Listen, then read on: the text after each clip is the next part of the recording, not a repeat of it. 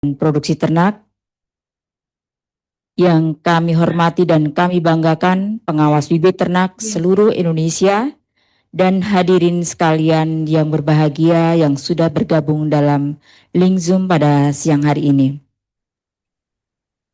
Sebelumnya kami mengucapkan selamat kepada semuanya dan mohon maaf karena seharusnya Pak Direktur langsung yang akan memberikan arahan, namun karena ada tugas tertentu yang dan tidak bisa diwakilkan dengan tidak mengurangi rasa hormat, Bapak Direktur menugaskan saya untuk mewakili pada kesempatan siang hari ini.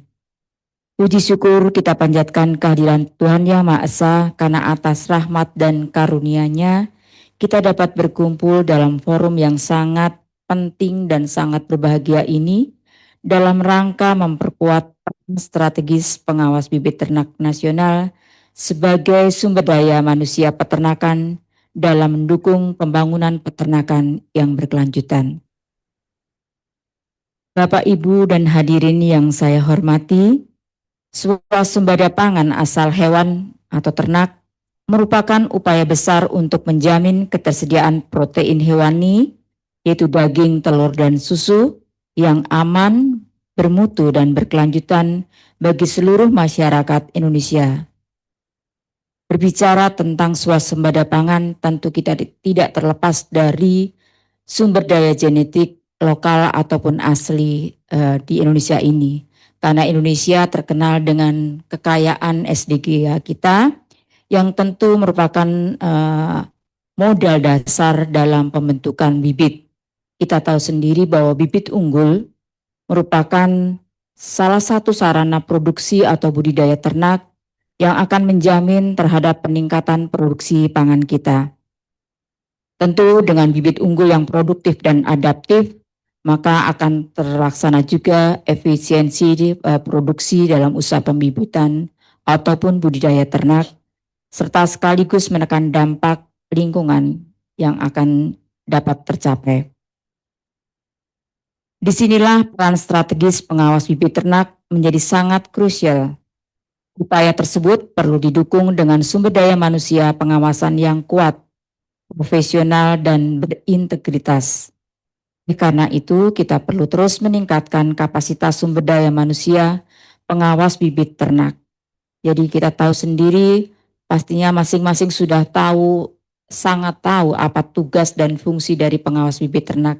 Jadi itu kita yang perlu dalam terus, kita juga berkomitmen untuk mengimplementasi terhadap keberadaan kita di lingkungan kita masing-masing, di daerah kita masing-masing, agar kita memberikan kontribusi yang nyata dalam pembangunan peternakan.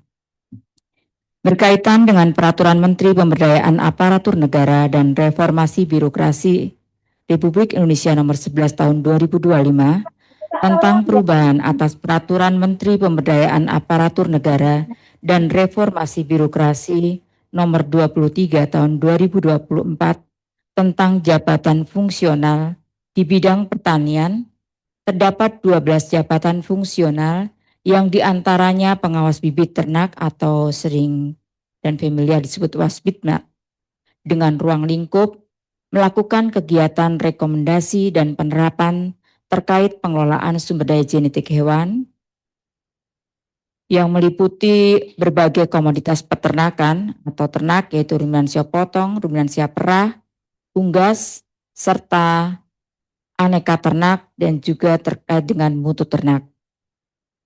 Keberadaan Wasbitnak saat ini terdata sebanyak 965 orang yang tersebar di seluruh Indonesia, baik di pusat, provinsi, kabupaten, kota, maupun di UPT dan BRMP yang saat ini ada, dan semuanya itu diharapkan terus memberikan kontribusi khususnya dalam mendukung swasembada pangan berkelanjutan. Mengingatkan kembali kepada seluruh Wasbitnak berkaitan tugas pokok yang harus sama-sama dilaksanakan, mulai dari menyiapkan kegiatan pengawasan bibit ternak, melakukan pengawasan bibit ternak, mengembangkan pengawasan bibit ternak, dan mengevaluasi pengawasan bibit ternak, serta melaporkan kegiatan pengawas bibit ternak. Ini yang perlu diingat kembali untuk semuanya.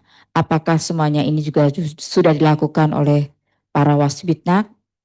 Itu yang menjadi apa ya namanya, mengingatkan kembali terhadap tugas kita. Apa yang perlu kita perkuat, yaitulah Iya, kita ini memperkuat diri banyak banget. masing-masing. Sektor peternakan dituntut untuk bertransformasi di era global. Penguatan sistem perbibitan melalui seleksi genetik, pemuliaan ternak, serta pemanfaatan teknologi reproduksi seperti inseminasi buatan dan transfer embrio menjadi langkah strategis. Kolaborasi antara pemerintah, dunia usaha, akademisi, dan masyarakat juga menjadi kunci keberhasilan. Pengawas bibit ternak harus mampu menjadi penghubung yang efektif antar pemangku kepentingan sekaligus menjadi agen perubahan dalam mendorong praktek peternakan yang baik.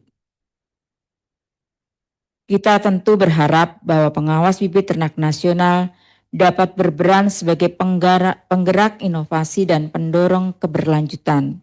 Dengan peran yang semakin kuat dan strategis, kita optimis bahwa swasembada pangan asal hewan yang berkelanjutan bukanlah sekedar cita-cita, melainkan sebuah keniscayaan yang dapat kita wujudkan. Tentu kita tahu bersama bahwa untuk swasembada pangan, khususnya protein hewani untuk telur dan daging ayam sudah swasembada. Nah, seperti yang dicanangkan oleh Bapak Presiden, semuanya harus swasembada. Jadi kita harus juga perhatian terhadap komoditas yang lain, untuk daging sapi khususnya, karena kita tahu sendiri sudah berapa kali kita mencanangkan untuk swasembada daging sapi, namun sampai sekarang belum berhasil. Jadi menjadi tantangan tersendiri bagi kita insan peternakan untuk mewujudkan ini. Kemudian terkait dengan susu.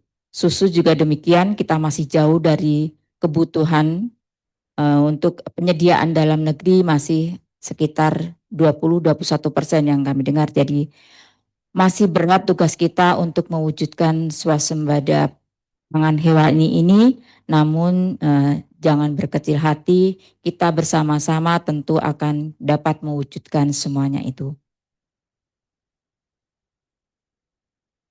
Para hadirin yang kami hormati, para Wasbitnak yang kami banggakan, tentunya di dalam kesempatan ini, kesempatan yang sangat baik ini, kita berharap bahwa pertemuan ini tidak hanya berhenti di dalam link Zoom ini, tapi ada aksi nyata setelah ini. Kita berharap tadi yang disampaikan oleh pemandu acara bahwa kesempatan ini juga menjadi menimba ilmu pengetahuan dan sharing dari semuanya sehingga kita saling melengkapi, saling memperkuat diri untuk melaksanakan tugas-tugas kita. Nanti pada kesempatan yang baik ini kita akan menimba pengetahuan dari sumbernya langsung yang tentunya sampai kompetensi yang tidak dilakukan lagi dari Ibu Insinyur Waida, Nur Waida, MSI, selaku Kepala Biro Organisasi dan Sumber Daya Manusia Aparatur Kementerian Pertanian. Jadi ini merupakan kesempatan yang baik bagi kita untuk menimba ilmu dan juga nanti bisa berdiskusi langsung ya gitu Pak Ian ya. Jadi nanti semakin lengkaplah apa yang menjadi pemahaman kita terkait dengan tugas kita, juga kesempatan atau untuk mengembangkan diri kita sebagai Wasbitnak. Itu mungkin yang perlu kami sampaikan sesuai dengan arahan dari Pak Direktur. Kami menyampaikan kembali kepada Bapak Ibu semua. Mungkin nanti kalau ada Pak Direktur sudah selesai tugas bisa ada kesempatan langsung berinteraksi dengan Bapak Direktur.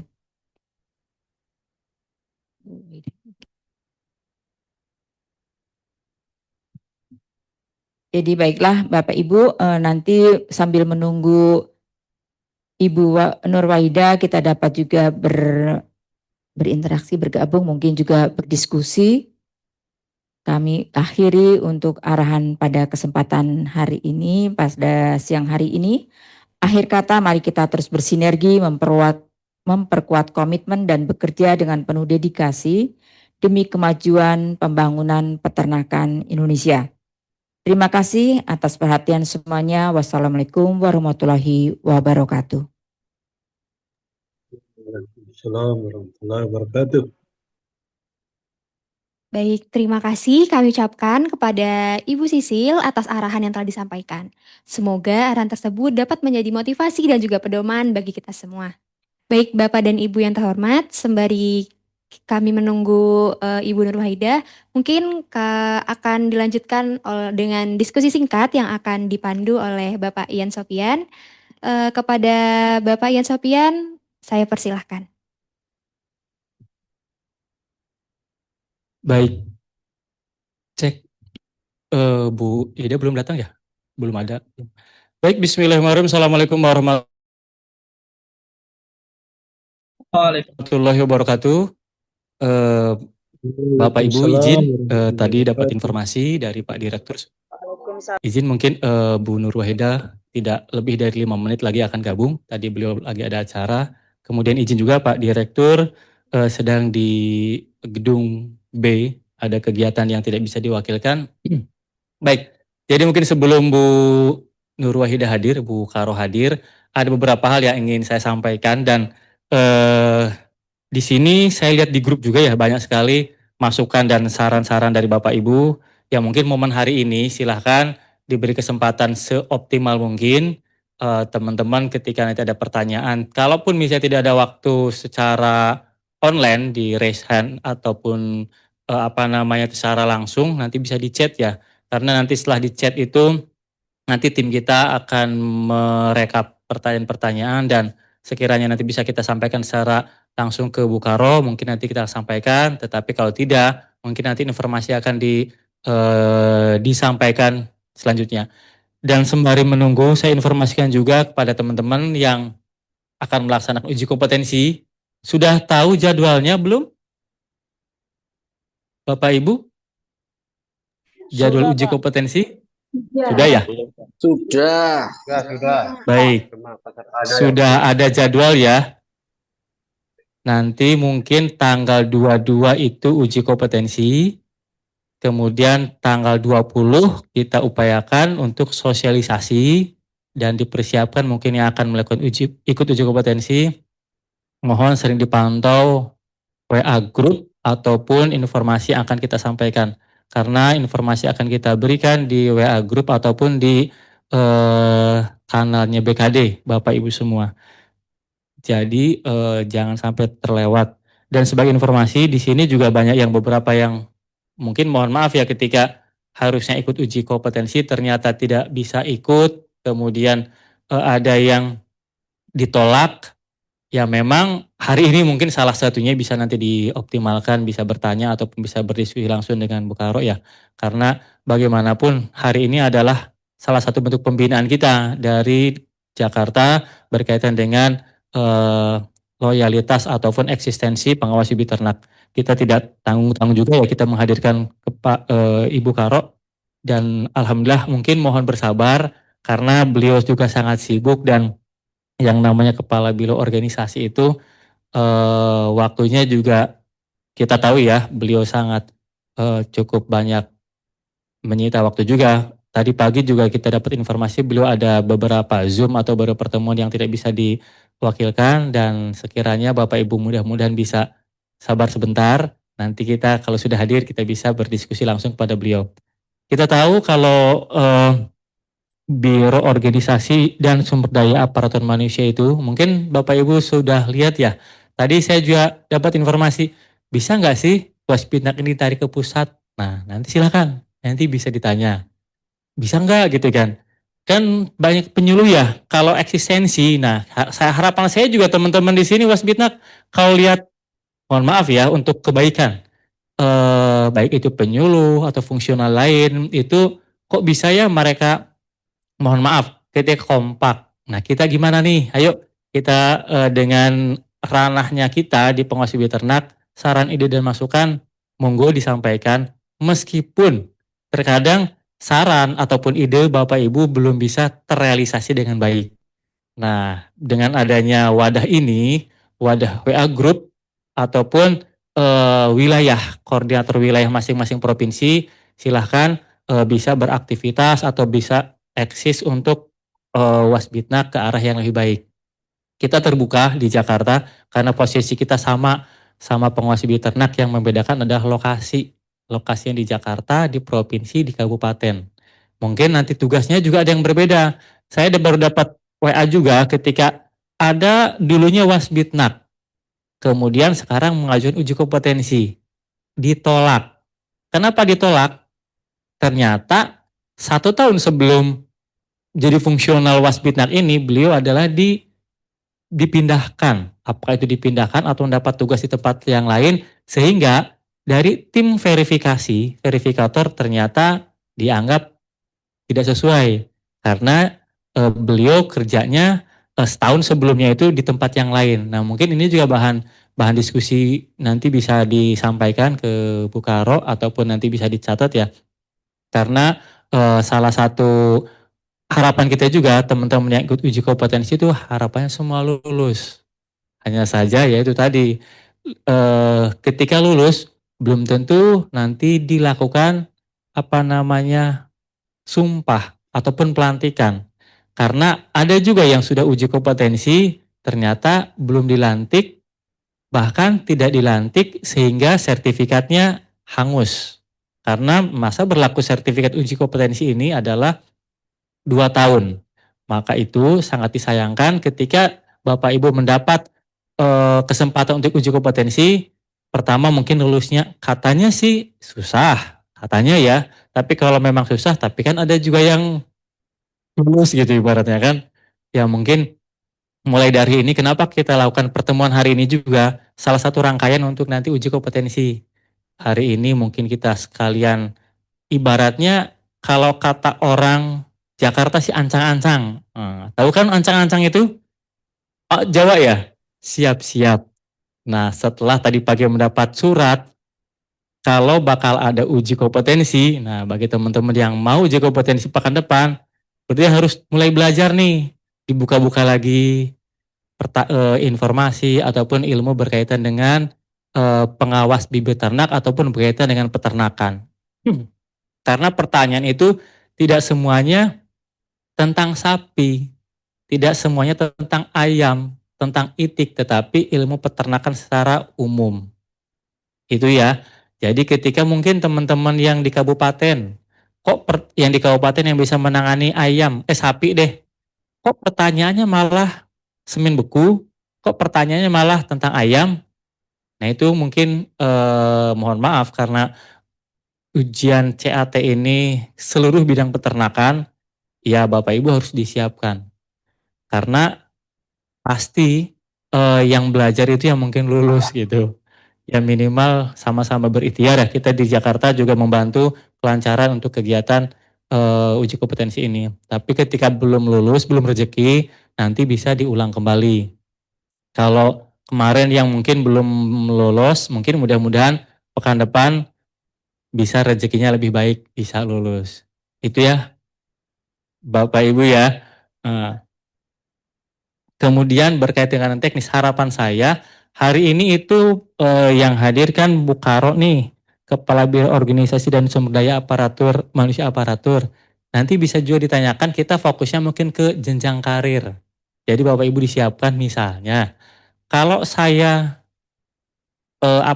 sekarang muda ataupun pertama, berapa lama sih misalnya gitu ya untuk menjadi seorang muda, berapa lama sih waktunya nanti ke madya. Begitupun teman-teman yang sudah madya, kan itu ada waktunya nih, boleh nggak sih bisa ke utama misalnya kan, karena kita belum ada utama. Nanti mungkin Bapak Ibu bisa sampaikan kaitan dengan karir Bapak Ibu.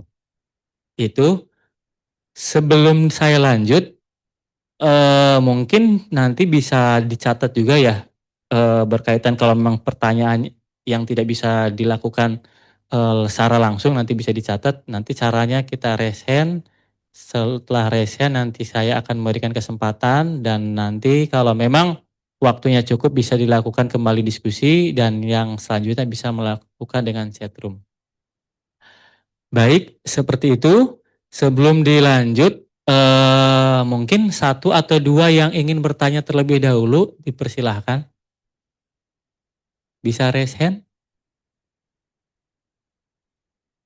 Ada yang mau berdiskusi kaitan dengan sharing session ini? Oke. Oh, ada di chat ya? Sebentar, saya baca di chat sembari nunggu nih. Chatnya itu mana ya? Oh, caranya gimana? Sebentar.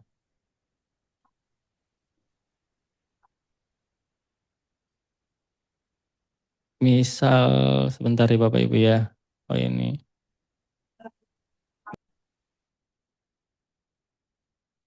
Nah, berkaitan dengan kegiatan teknis, mungkin mohon izin Bapak Ibu, ketika beberapa hal yang belum bisa terlaksana, kayak kegiatan-kegiatan yang lainnya, mudah-mudahan ke depan bisa terlaksana. Saya, ini, mana ya Mbak?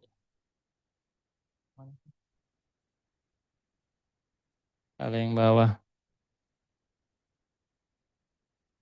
Oh iya, kaitan dengan in passing. Sebentar.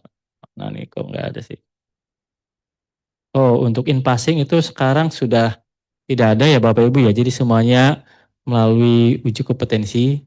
Nanti mungkin periode berikutnya atau entah kapan akan ada lagi in passing seperti itu, dan mungkin terutama nanti yang Madya setelah ujian CAT lulus itu nanti ada lagi ujian selanjutnya, yaitu ujian wawancara teknis dan wawancara sosiokultur. Mudah-mudahan tidak jauh beda dengan yang tahun sebelumnya, karena biasanya ada wawancara kemudian sosiokultur. Jadi dipersiapkan untuk membuat materi berkaitan dengan kegiatan teknis di lapangan.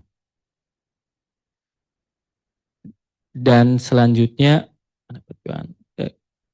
oh iya, daerah Aceh nih kegiatan kelasnya. Oh iya, berkaitan kelas jabatan, saat ini masih diperjuangkan juga, dan memang ketika kondisi anggaran negara kita yang seperti ini, kita di Jakarta sendiri, wah, sangat menginginkan sebenarnya itu ketika fungsional yang lain lebih besar daripada kita dengan grade yang sama. Itu sangat miris ya, padahal kegiatan kita atau aktivitas kita sama sebenarnya itu. Kita sedang perjuangkan juga, nanti mungkin diingatkan, nanti saya coba sampaikan juga secara tidak langsung ke Bu Karo berkaitan dengan penyataraan jenjang yang sebenarnya kita sudah perjuangkan jauh-jauh hari ya. Dan seperti yang kita ketahui mungkin Bapak Ibu, untuk Permenpan RB ya, Peraturan Menteri Pemberdayaan Aparatur Negara dan Reformasi Birokrasi nomor 11 tahun 2025, silakan dibaca dan dikaji ulang kembali berkaitan tentang jabatan fungsional bidang pertanian, karena memang saat ini aturan-aturan sebelumnya itu sudah tidak berlaku, dalam artian kita sudah mengacu ke sini ya, yang Permenpan RB nomor 11 tahun 2025 ini. Kemudian nah untuk yang jenjang berkaitan P3K, baik nanti kita coba sampaikan, nanti diingatkan juga ya Bapak Ibu, nanti saya coba menyampaikan, karena di kita juga sama, di Jakarta juga ada PNS dan ada P3K, kedepannya nanti seperti apa, nanti coba saya ingatkan. Kemudian berkaitan dengan apa nih? Mengenai angka kredit setelah alih jenjang, apakah hangus atau diberikan kepada konversi tahap utuh sesuai? Bentar.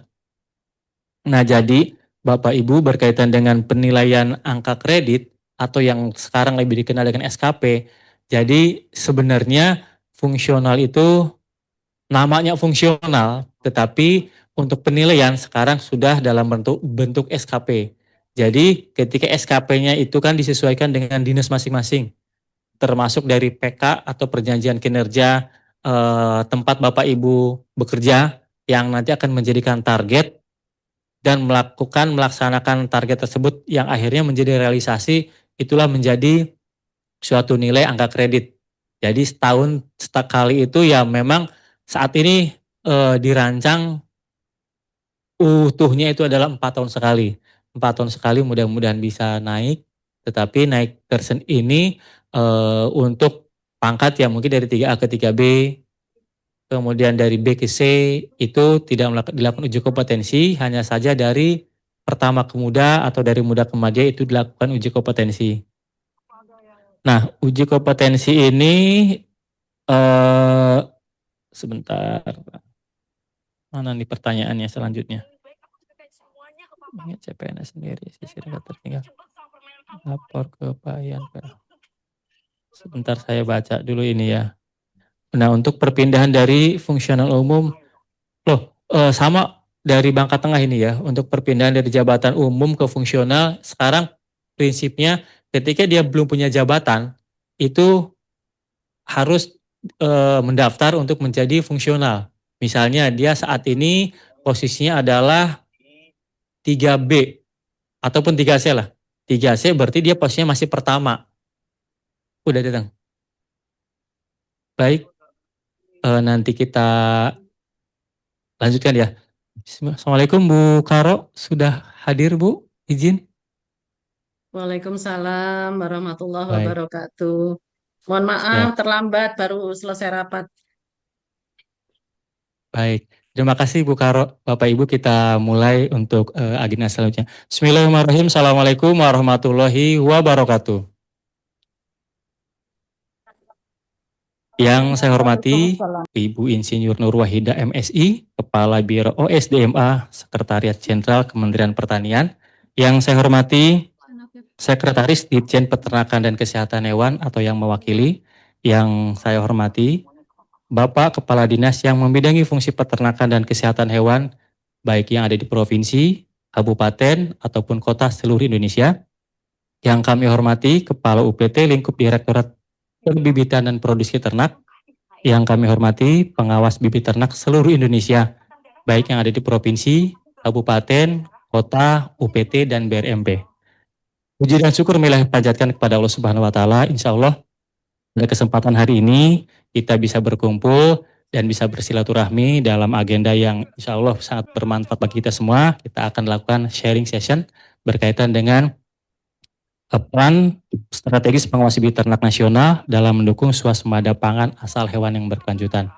Tidak panjang lebar yang ingin saya sampaikan, hari ini sudah hadir di tengah-tengah kita dengan kesibukan dan kami ucapkan terima kasih Bu Karo atas kehadiran Ibu untuk menyempatkan pada pertemuan kali ini. Dan saya informasikan yang hadir ini adalah pengawas bibit ternak seluruh Indonesia. Yang pasti mungkin yang belum ada ataupun belum tersentuh itu adalah di wilayah Papua. Izin Bu Karo karena kita belum bisa menjangkau ke teman-teman yang ada di Papua. Tapi selebih itu baik UPT di 10 UPT maupun BRMP dan semua provinsi dan kabupaten sudah hadir di sini dan alhamdulillah cukup banyak dan mudah-mudahan bisa diikuti secara cermat dan Bapak Ibu mohon meluangkan waktunya untuk mendengarkan arahan dan informasi yang akan disampaikan oleh Bu Karo. Waktu dan layar kami persilakan kepada Ibu Karo untuk memberikan arahannya. Terima kasih, saya serahkan ke Ibu.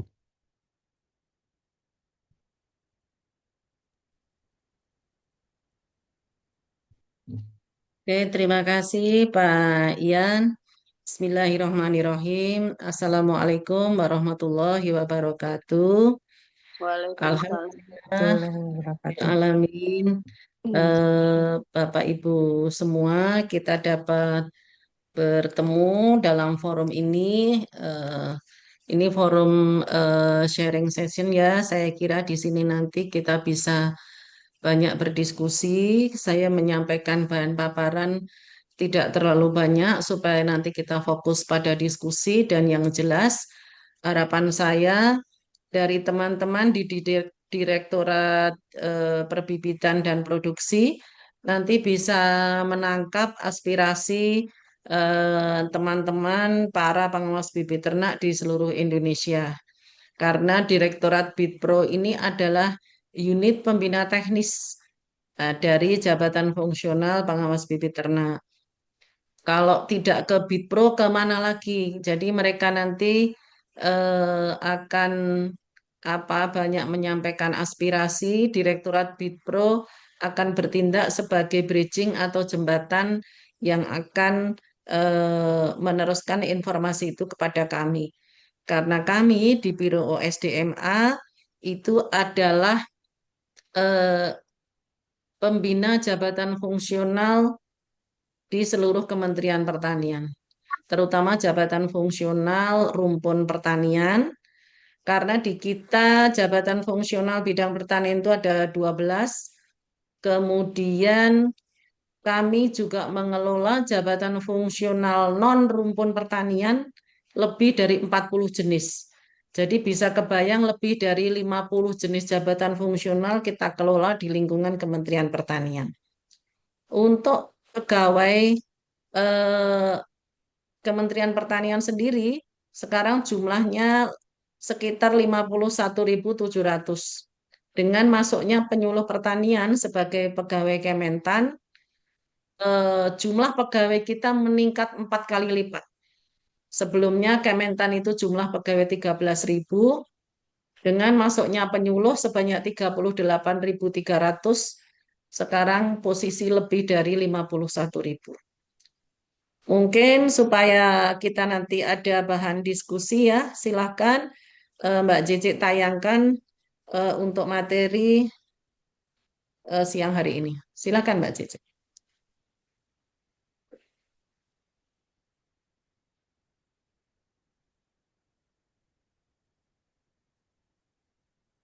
Nah, ini untuk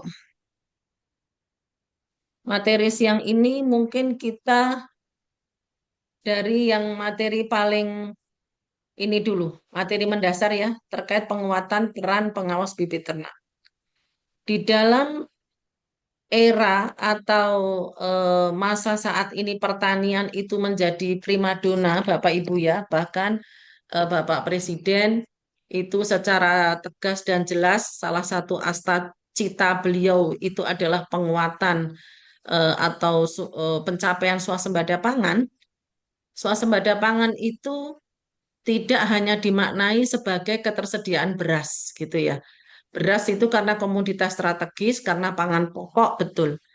Tapi kalau makan nasi saja mungkin nggak ada lauknya kan pasti kita nggak mau ya, kepenginnya ada lauknya. Nah, lauknya itu biasanya protein. Ada protein nabati, ada protein hewani. Kalau protein hewani sudah jelas itu bagian dari core Direktorat Jenderal Peternakan dan Kesehatan Hewan. Protein hewani mungkin yang relatif murah itu telur. Nah, telur. Kemudian kalau kelas di atasnya lagi yang daging ayam, kelas lebih tinggi lagi daging sapi, gitu ya Bapak Ibu. Jadi peran bidang peternakan ini menurut saya luar biasa, sama pentingnya ya dengan beras. Hanya karena kalau beras itu mau tidak mau harus ada, misalnya kita 3 kali sehari. Kalau telur ya mungkin sehari sekali cukup gitu ya. Bisa combine dengan tempe ataupun tahu. Tapi saya kira produk atau hasil peternakan sangat-sangat dibutuhkan. Dan itu secara langsung atau tidak langsung sangat berkaitan dengan tugas pokok dari pengawas bibit ternak.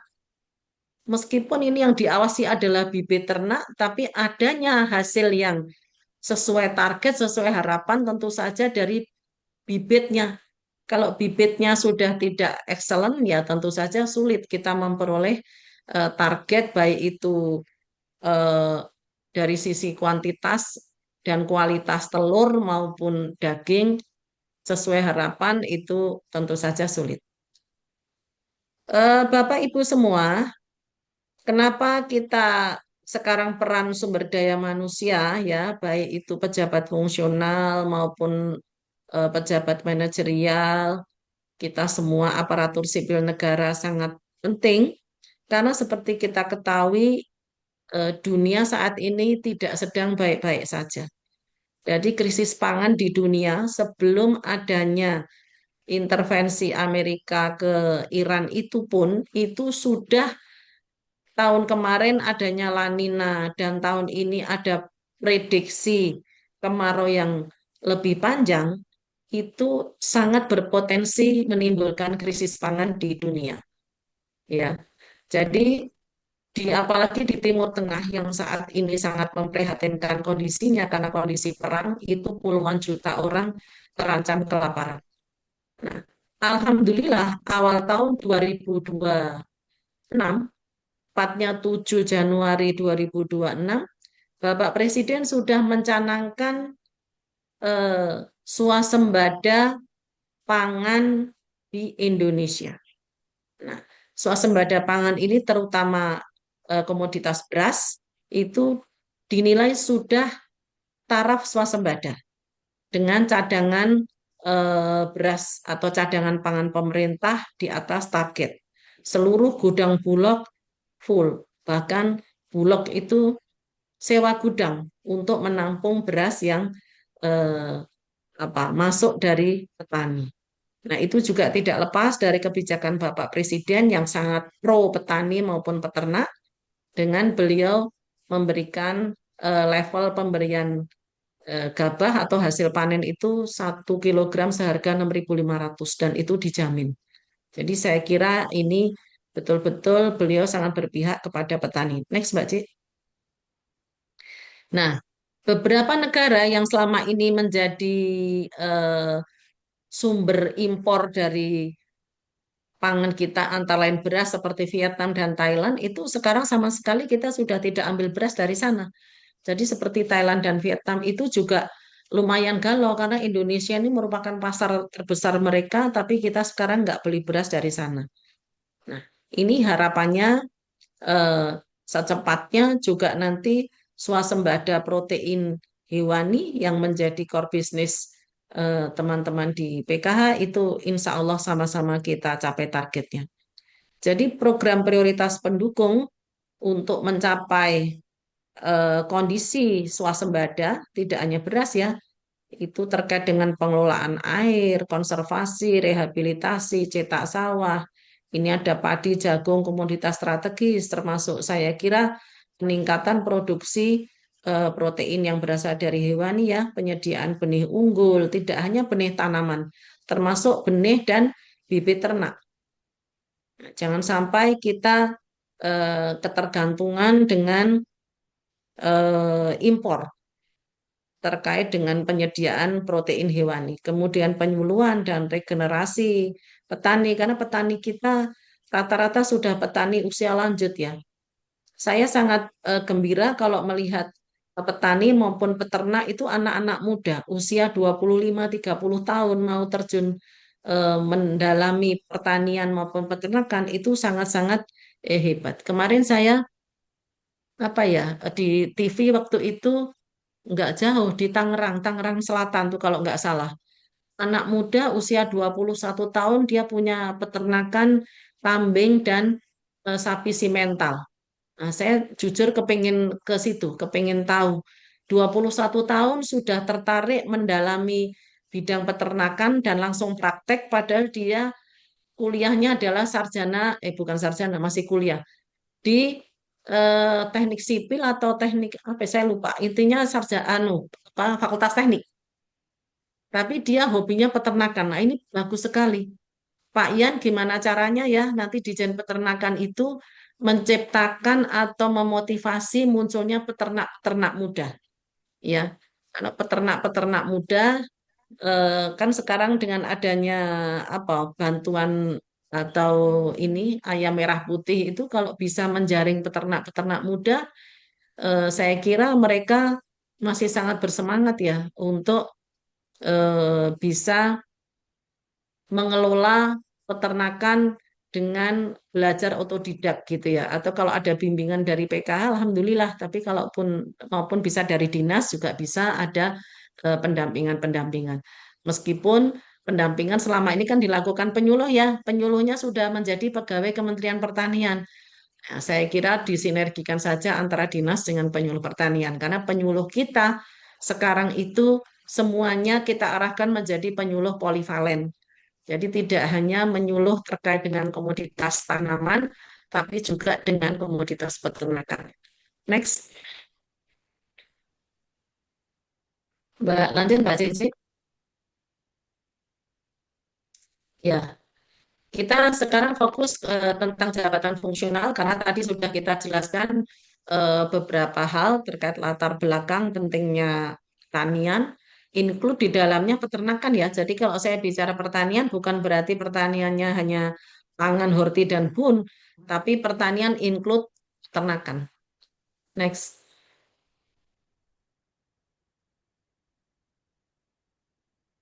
Lanjut Mbak Cece.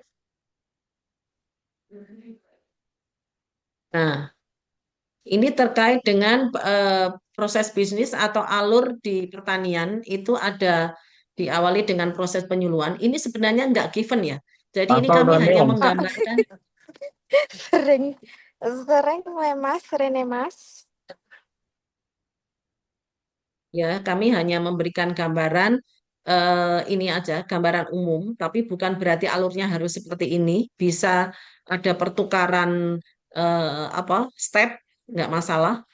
Diawali dengan proses penyuluhan, kemudian penyiapan sarana prasarana, di situ di proses penyuluhan ada penyuluh, di penyiapan prasarana sarana ada analis PSP, ada pengawas alsintan, di proses produksi ada PBT, POPT, pemeriksa perlindungan varietas, wasbitna, wastukan, medik, paramedik, sama-sama bersinergi di proses produksi. Sampai dengan nanti muncul hasil atau produk, masuklah fungsional pengawas mutu hasil. Ya, pengawas mutu hasil pertanian di dalamnya ada aspek peternakan. Kemudian ada pengawasan di proses distribusi maupun pemasaran. Masuk analis pasar hasil pertanian. Ya, kemudian terkait dengan ketersediaan atau supply di pasaran, itu teman-teman analis ketahanan pangan itu ikut berperan masuk di dalamnya. Jadi kita sinergis menciptakan SOP atau proses bisnis bidang pertanian, semua jabatan fungsional kita masuk. Next.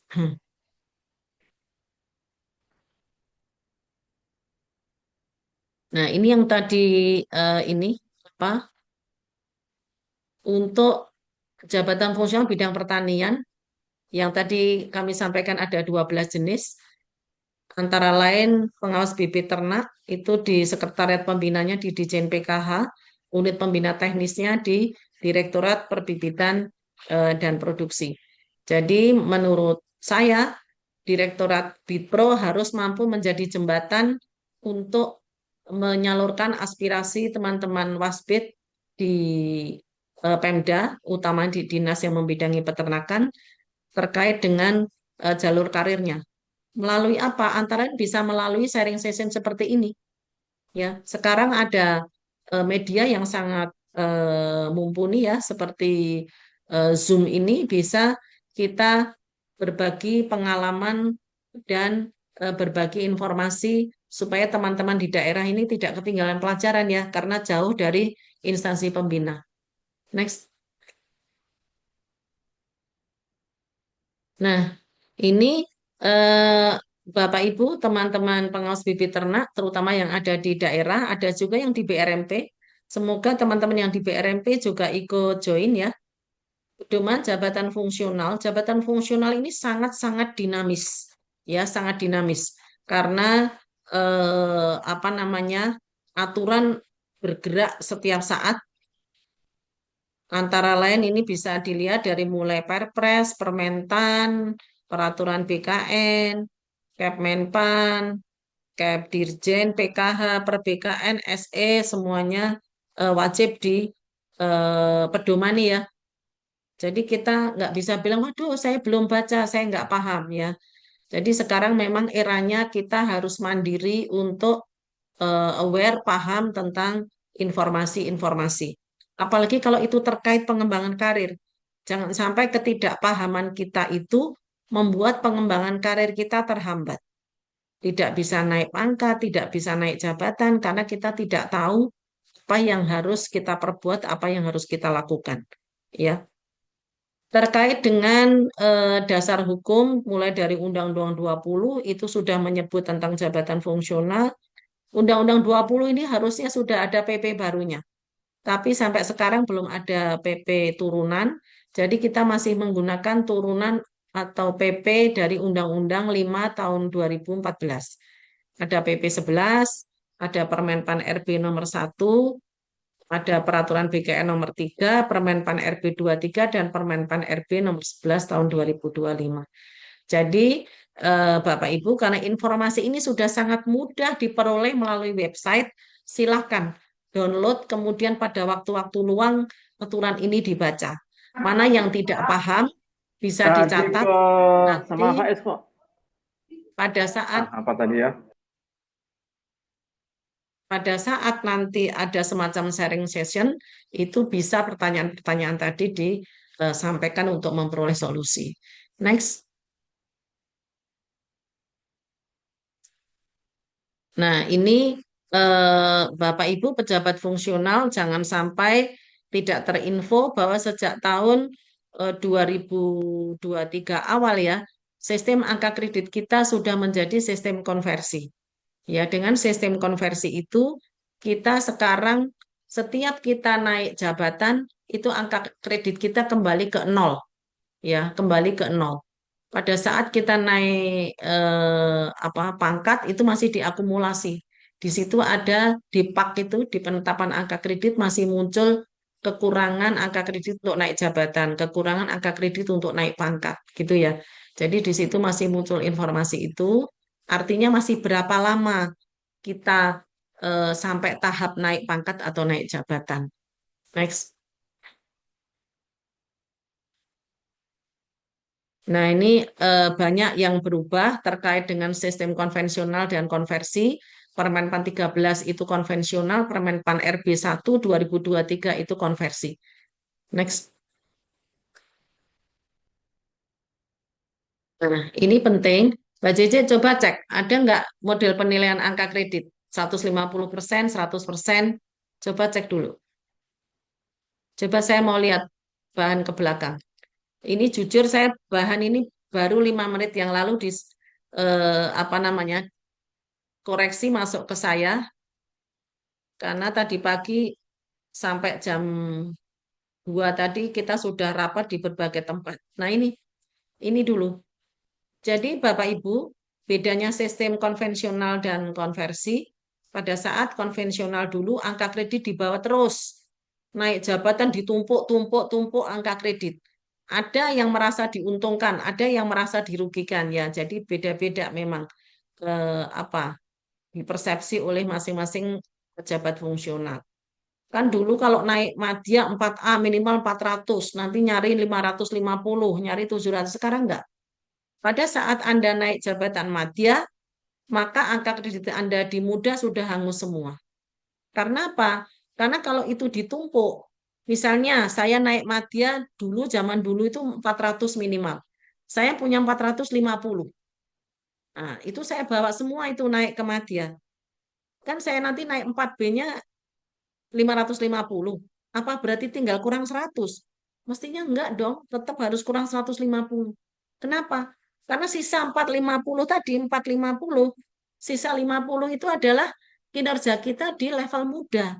Tentu saja enggak bisa disetarakan untuk masuk ke madya. Jadi setiap naik jabatan, jangan heran Bapak Ibu nilainya kembali ke nol. Ya. Jadi di sini keuntungan kita sekarang kita sudah tidak pada era penilaian angka kredit, yang angka kreditnya 0,000000. Kalau pengawas bibit ternak yang masuk dari 2023, saya kira sudah tidak mengalami era penilaian Ada. angka kredit. Ya, jadi kalau yang mungkin zaman Iya, mana seperti mangkok Pak kecil Ian, kita tuh. seperti Pak Ian ini ngalami banget dia membuat bahan dokumentasi angka kredit sampai setebal kardus aqua gitu ya. Sekarang semuanya serba praktis. Dengan penilaian SKP terintegrasi dengan angka kredit, Bapak Ibu pengawas bibit ternak maupun pejabat fungsional lain penilaiannya bersandar pada penilaian SKP. Ya.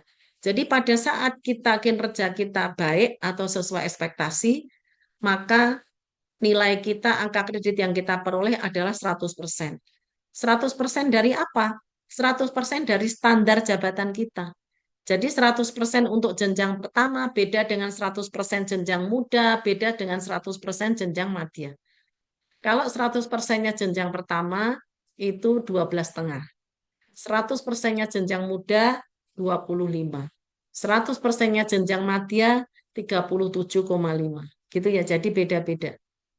Nah, dengan model seperti ini, pada saat kita bekerja baik-baik saja, bekerja bisnis as usual, nggak aneh-aneh, itu kita naik pangkat paling cepat sekitar 4 tahun 2 bulan. Ya, artinya bisnis as usual. Tapi kalau kita di situ bekerja di atas rata-rata dengan kinerja di atas rata-rata, saya hitung-hitung bisa 3 tahun, mungkin sekitar 10 bulan ya, dengan nilai sangat baik konstan. Tapi untuk memperoleh nilai sangat baik konstan itu sulit. Jadi memang kita anggap rata-rata naik pangkat itu 4 tahun sampai 4 tahun 3 bulan.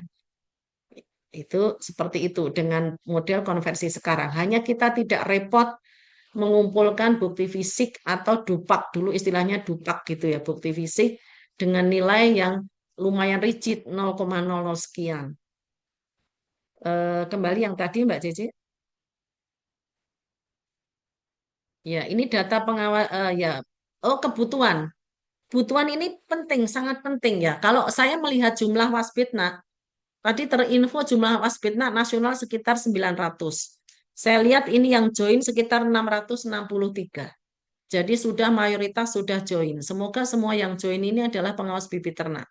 Kalau ada dari unsur kepegawaian, alhamdulillah nanti kita bisa diskusi terkait kepegawaian pejabat fungsional.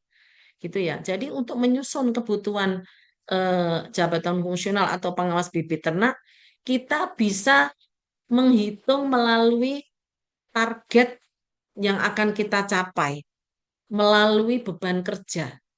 Jadi kalau beban kerja Waspitnak itu misalnya melakukan pengawasan bibit, kualitas bibit, mutu bibit, atau ada target menghasilkan bibit di suatu wilayah tertentu, misalnya harus dihasilkan bibit sapi atau ayam yang berkualitas, misalnya sejumlah 1.000. Nah itu untuk menghasilkan 1.000 itu satu orang bisa rentang kendalinya berapa. Misalnya satu orang mampu melakukan pengawasan di 100 titik yang akan menghasilkan 100 bibit. Nah, itu berarti dibutuhkan 10 orang. Itu yang harus kita hitung. Jadi kebutuhan. Sekarang itu masuk Japung tidak bisa asal kepengen. Ya, harus ada cara perhitungannya beban kerjanya. Jadi satu orang pengawas bibit ternak itu memiliki rentang kendali sebanyak apa, sejauh apa, kuantitasnya berapa, itu harus mampu dirumuskan.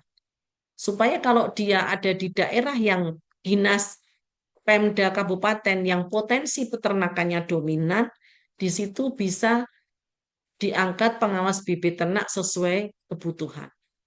Kalau dia dominan, oh di situ potensi bebek, ayam, kambing, sapi, dan lain-lain, ayam petelur dan lain-lain, bisa di situ beban kerja banyak, perlu ada pendampingan yang lumayan intens antara penyuluh dengan pengawas bibit bisa disinergikan.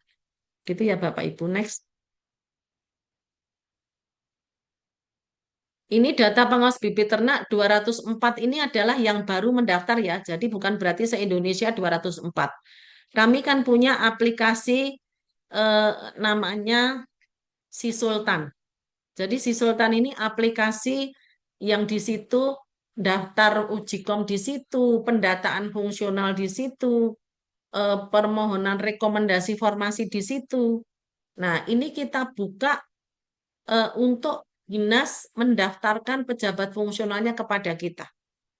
Mulai tahun 2027, pada saat daftar pejabat fungsional tidak ada masuk ke kita dan dia mengikuti ujikom kenaikan jabatan, kita akan tolak. Ya. Jadi 2026 ini seluruh proses pendaftaran pejabat fungsional harus sudah selesai. Kecuali kalau dia akan masuk melalui pengangkatan baru. Tapi kalau dia naik jabatan, database tidak ada di dalam aplikasi Si Sultan, kita akan tolak mengikuti proses ujikom kenaikan jabatan. Gitu ya Bapak Ibu. Ini untuk mempercepat atau dalam tanda kutip memaksa semua pejabat fungsional didaftarkan. Mbak Yulia, nanti kalau ada pertanyaan teknis pendaftarannya seperti apa, silahkan. Apakah itu harus dari BKD? Berarti Bapak Ibu dari Dinas memastikan bahwa semua pejabat fungsional bidang pertanian disampaikan database-nya ke BKD untuk bisa diinput atau BKPSDM, gitu ya. Jadi yang mendaftar baru 204. Kalau betul tadi se-Indonesia jumlahnya 700, dikurangi, 900, dikurangi di pusat 249, nah maka berarti masih ada sekitar 700 dari Pemda yang perlu mendaftar, dan baru masuk sepertiganya, baru 204. Nah, kami mengundang yang lain yang belum mendaftar, taunya sudah terdaftar atau belum dari mana? Ya, kalau itu aksesnya BKPSDM, berarti kita tanya, apakah sudah ada database masuk ke BKPSDM untuk didaftarkan ke kami? Gitu Bapak Ibu ya. Jadi total sementara baru 459 yang mungkin sebenarnya realnya adalah 900 lebih. Nah, ini kita dorong terus untuk pendaftaran semua jenis jabatan fungsional masuk ke si Sultan. Next. Nah, ini peluang kerja sudah, next. Nah, ini ruang lingkup. Nah, apa jenis pekerjaan? Jadi Bapak Ibu, kalau Bapak Ibu tahu teman-teman Wasbita ini naik jenjang, pekerjaannya jangan monoton itu-itu saja. Ini ahli pertama mengumpulkan data. Nanti ahli media mengumpulkan data nggak apa-apa, tapi paling tidak dia sudah sekaligus melakukan evaluasi, kajian, rekomendasi, serta pengembangan sistem. Ya, jadi jangan nanti sudah media pekerjaannya masih hanya ngumpul data aja, tidak ada proses kajiannya, memberikan rekomendasi. Jadi level media itu sudah sebagai konsultan, ya dia sebagai memberikan solusi dari masalah-masalah yang dihadapi di lapangan terkait pengembangan atau pengawasan mutu bibit ternak. Next. Nah, ini standar kompetensi jabatan. Ini kita gunakan sebagai pegangan pada saat uji kom. Pada saat standar kompetensi madya, di situ kita terapkan, teman-teman naik madya belum memenuhi standar itu, ya berarti belum bisa kita berikan kelulusan. Gitu ya. Nanti untuk aturannya silahkan dibaca sendiri.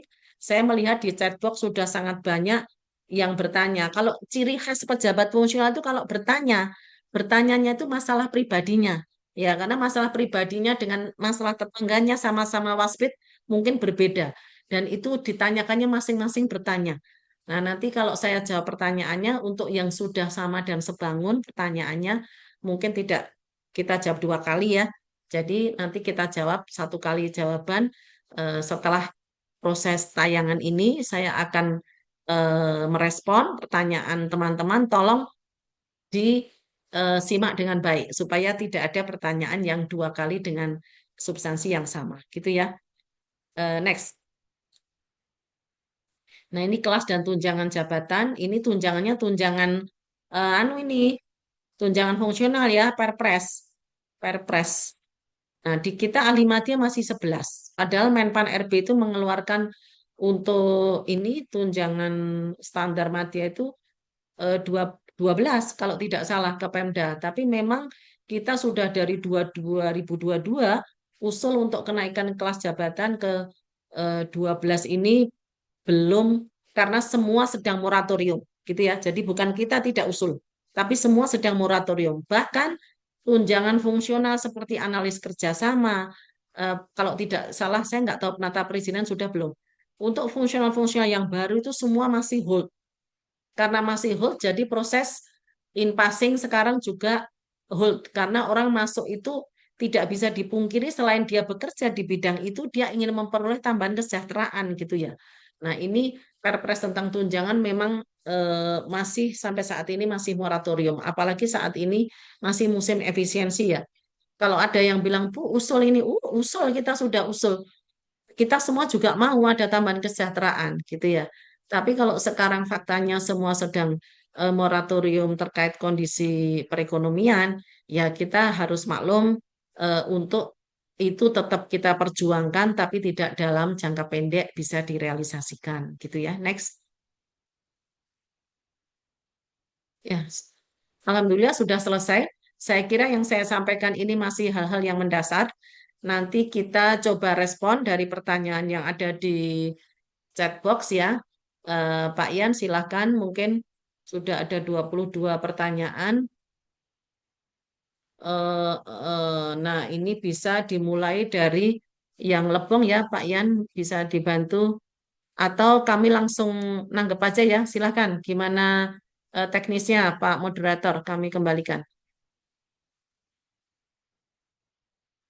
Atas materinya. Mungkin sebelum nanti yang chat kita kasih terlebih dahulu yang raise hand ya Bu ya. 3 Boleh, penanya boleh. raise hand. Ya. Yang pertama silahkan di sini dari tadi nih kayaknya Pak Tribudi, kemudian selanjutnya Bu Jenita, dan satu lagi ada yang mau bertanya raise hand Bapak Ibu. Baik. Pak DPKPP, apa tuh? Pak Eka ya. Dan mungkin ini satu lagi yang terakhir ya dari Pak Gilang. Silahkan yang pertama dulu dari Pak Budi. Pak Tribudi. Terima kasih. Ini saya sudah ingin UKOM 3 tahun yang lalu, Pak, karena terganjal dari aturan harus ada rekomendasi dari Menpan RB. Nah, pas tahun ini kita sudah upload persyaratannya, ternyata kurang satu. Kita sudah pengusulan ke Menpan RB sudah dari BKD. Lah, baru turun tadi pagi. Nah, apakah bisa di-upload? Oke, siap. Apakah bisa di-upload kembali supaya bisa masuk UKOM? Ibu, itu pertanyaan saya, Bu. Karena sudah 3 tahun kita berusaha tapi belum bisa masuk UKOM. Baik. Siap. Terima kasih Pak Budi, mudah-mudahan nanti bisa ditanggapi ya terkait karena memang baru hari ini dan hari ini pun juga sudah ada informasi undangan kalau pekan depan tuh uji kompetensi. Nanti mungkin dari teman-teman OSDMA bisa menyampaikan. Selanjutnya mungkin tanya dari Bu Jenita, asal nanti mungkin disampaikan dari mana dan langsung mungkin singkat pada jelas. Silakan Bu. Terima kasih Pak, saya Jenita dari PDID dari Provinsi Sumatera Utara, Bu. Jadi kita kan tersedia rumah jabatan untuk Wasbina ini ada 7. Nah, yang sudah ikut UKOM tahun lalu dan dinyatakan lulus ada 4 orang. Nah, ternyata di BKD itu tidak keluar Bu surat rekomendasi untuk pelantikan. Itu yang pertama. Dan yang kedua, yang sisa 3 orang lagi untuk memenuhi rumah jabatan ini Bu, juga tidak diberikan rekomendasi untuk ikut UKOM. Nah, sementara Bu, semua syaratnya sudah kita penuhi Bu. Dan ketika kita bertanya ke BKD, mereka bilang alasannya itu untuk CPNS Bu. Gitu. Jadi kita sudah buat surat Menpan RB dari tahun 2019 dan itu untuk CPNS dan kita disuruh untuk bikin surat lagi Bu, rekomendasi dari Menpan RB. Yang kami khawatirkan kalau kami buat surat lagi ke Menpan RB, apakah itu untuk rekrut CPNS lagi Bu? Dan bagaimana nasib kami yang sudah berkarir hampir 12 tahun, 16 tahun dan memang ada Bu surat kami selalu supaya bisa diikutkan di UKOM pengawas bibit ternak Bu. Sebagai bahan informasi Bu, Sumatera Utara ini juga termasuk penghasil dari breeding bibit-bibit besar Bu ya, kriteria unggas, sapi, tapi tidak ada wasbina yang setara ahli di sini Bu gitu. Yang terampilnya juga tidak bisa untuk naik ke jenjang berikutnya karena selalu dapat penolakan dari BKD gitu Bu. Kira-kira apa ya Bu bantuan dari Kemenpan untuk kami di Provinsi Sumut Bu, khususnya untuk wasbina ya Bu. Terima kasih Ibu. Baik. Terima kasih Bu Jenita, mudah-mudahan nanti bisa ditanggapi dari Karo. Selanjutnya dari Bu Eka, silakan Singkawang, singkat, padat dan jelas. Terima kasih. Assalamualaikum warahmatullahi wabarakatuh. Ya, aku bilang ini masukkan aja. Saya nggak akan berpanjang lebar Ibu, langsung saja pada pertanyaannya. Kami dari Singkawang sudah mengusulkan tahun lalu untuk meminta rekomendasi dari pembina, instansi pembina. Begitu sudah didapatkan dari instansi pembina, ternyata bermasalah pada aplikasi Ibu. Nah, kebetulan dari BKP SDM kami, dia sudah sebagai ya, Untuk visinya mereka sudah mengusulkan kembali usulan-usulan Japung yang akan diusulkan, sudah mengisi di aplikasi yang terbaru ya Ibu, di Sultan ya Ibu ya. Nah, itu udah mengisi, cuma sampai hari ini belum ada jawaban rekom dari bagian biro Ibu. Mohon bantuannya, apakah masih ada hambatan atau syarat yang belum terpenuhi dari Kota Singkawang. Terima kasih Ibu. Assalamualaikum warahmatullahi wabarakatuh. Baik, terima kasih Bu Eka. Mungkin informasi Bu Karo di sini juga hadir dari kepegawaian, dari sekretariat. Nanti mungkin bisa dibantu di Bu Wiji ya kaitan dengan pertanyaan tadi karena kaitan dengan rekomendasi. Selanjutnya Pak Gilang, Jawa Barat. Silakan Pak Gilang. Terima kasih Pak Yan. Assalamualaikum warahmatullahi wabarakatuh. Mohon izin bertanya Ibu Karo, saya dengan Gilang dari Jawa Barat. Sebetulnya permasalahan itu hampir sama di semua daerah, Bu. Kami di Jawa Barat, khususnya di Dinas Ketahanan Pangan Peternakan Pesisir Jawa Barat, kami itu terkendala berkaitan dengan uji komung kali ini, Bu. Pertama, tadi apa yang disampaikan oleh Ibu, memang betul, Bu, kami juga terkendala di moratorium kenaikan untuk kemadya. Ya perlu saya sampaikan juga untuk kami di DKPP Jawa Barat itu ada kurang lebih 5 orang yang tahun ini harus naik jabatan. Cuma karena di Jawa Barat ada moratorium sehingga kami itu belum bisa diajukan untuk di bulan April ini. Dan ada juga syarat dari BKD Jawa Barat bahwasanya kami itu harus melakukan double assessment dulu, Bu. Double assessment sehingga itu mungkin bisa jadi untuk bulan sekarang kami belum bisa mengajukan dari BKD-nya mengajukan uji kom. Nah, kira-kiranya di tahun ini apakah ada harapan lagi Bu kira-kiranya untuk uji kom bagi kami sebagai Wasbina karena Jawa Barat belum punya ahli madya Bu sebagai gambarannya seperti itu. Itu mungkin dari saya dari perwakilan Jawa Barat. Barangkali nanti ada tambahan dari kabupaten di wilayah Jawa Barat. Terima kasih Ibu. Assalamualaikum warahmatullahi wabarakatuh. Assalamualaikum warahmatullahi wabarakatuh. Mungkin cukup 4 terlebih dahulu ya. Nanti setelah yang rese nanti kita lihat dari yang chat.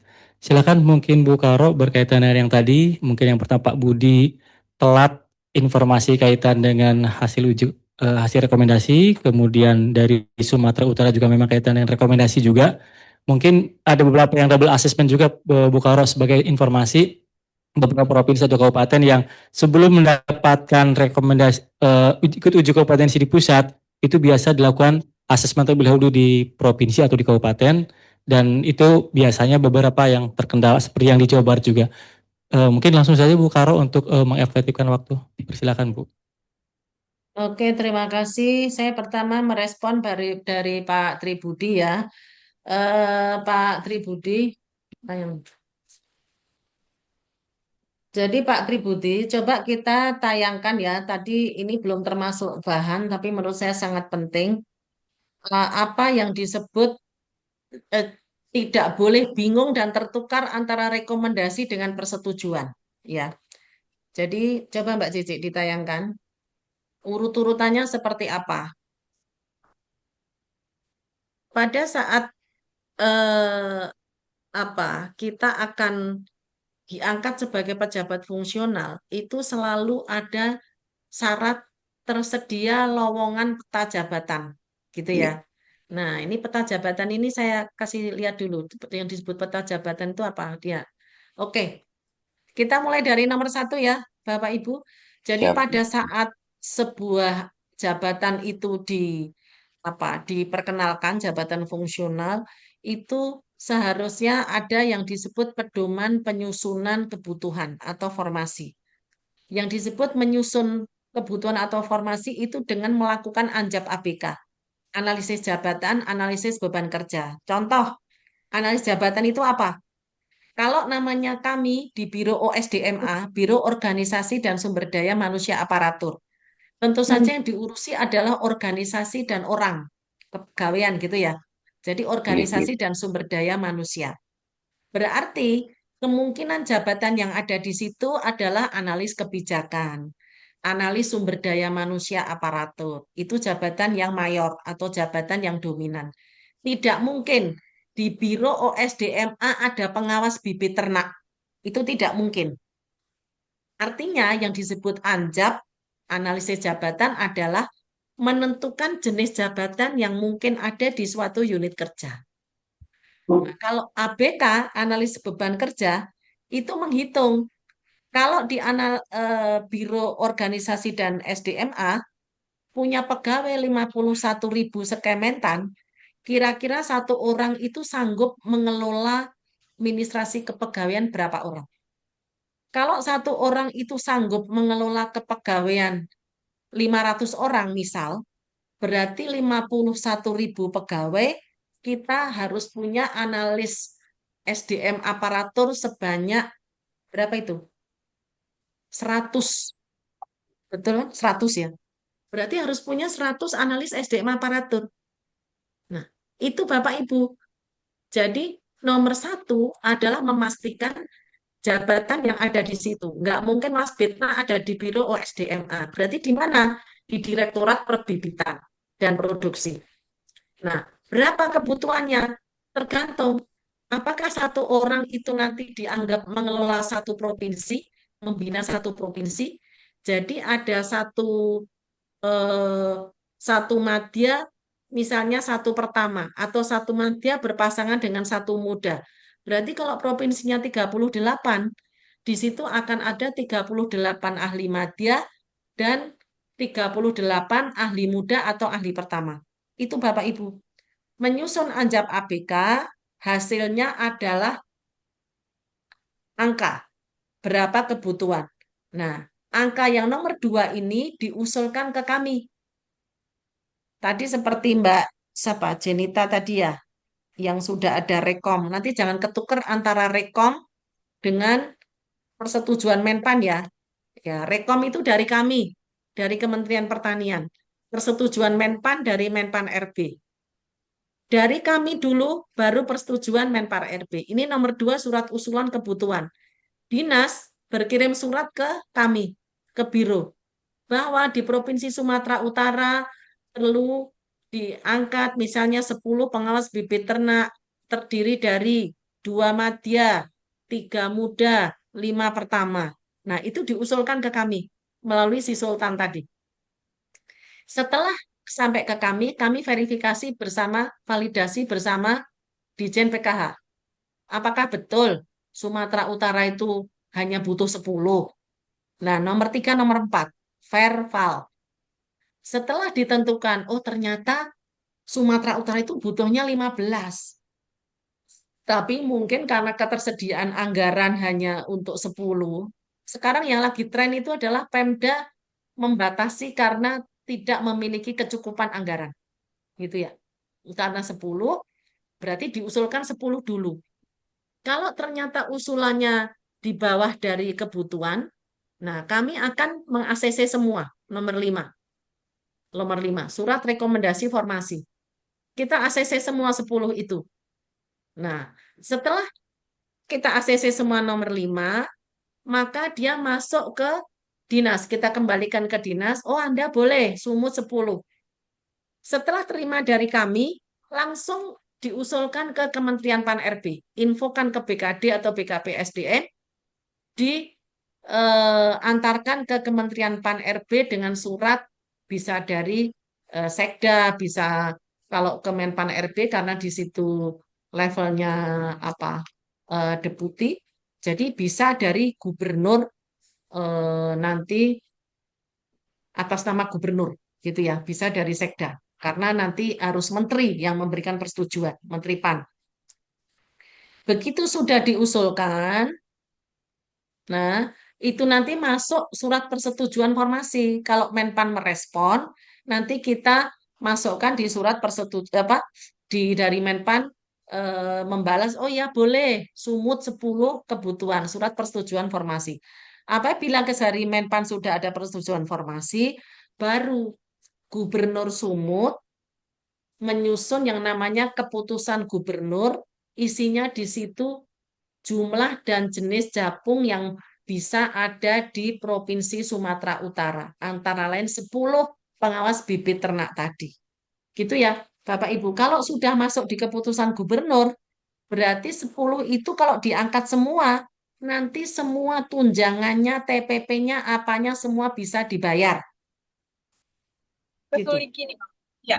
Ya. Jadi pada saat tadi Mbak Jenita bilang ada 7 sudah ukom bla bla bla bla, tidak ada rekom atau nggak bisa naik, bisa jadi itu karena kendala kemampuan Pemda. Kita tidak tahu. Nah, Pak Budi, awalnya kami mensyaratkan bahwa yang disebut atau bisa masuk uji kom itu yang sudah punya nomor 7, surat persetujuan formasi dari Menpan. Jadi kalau baru nomor 5, surat rekomendasi formasi JF dari Kementan, itu belum cukup. Karena Menpan harus ikut ACC. Tapi sekarang kami melihat kesulitan teman-teman daerah itu susah memenuhi yang nomor 7, karena di Menpannya harus antri. Jadi kemarin kita lunak aturannya, yang penting sudah ada rekomendasi Kementan dan Pemda sudah bersurat ke Menpan. Kalau Pemda sudah bersurat ke Menpan, kita anggap sudah ada prosedur yang ditempuh dan tinggal menunggu jawaban, kami loloskan ACC ikut uji kompetensi. Gitu ya. Tapi kalau baru rekomendasi Kementan dijadikan dasar belum bisa.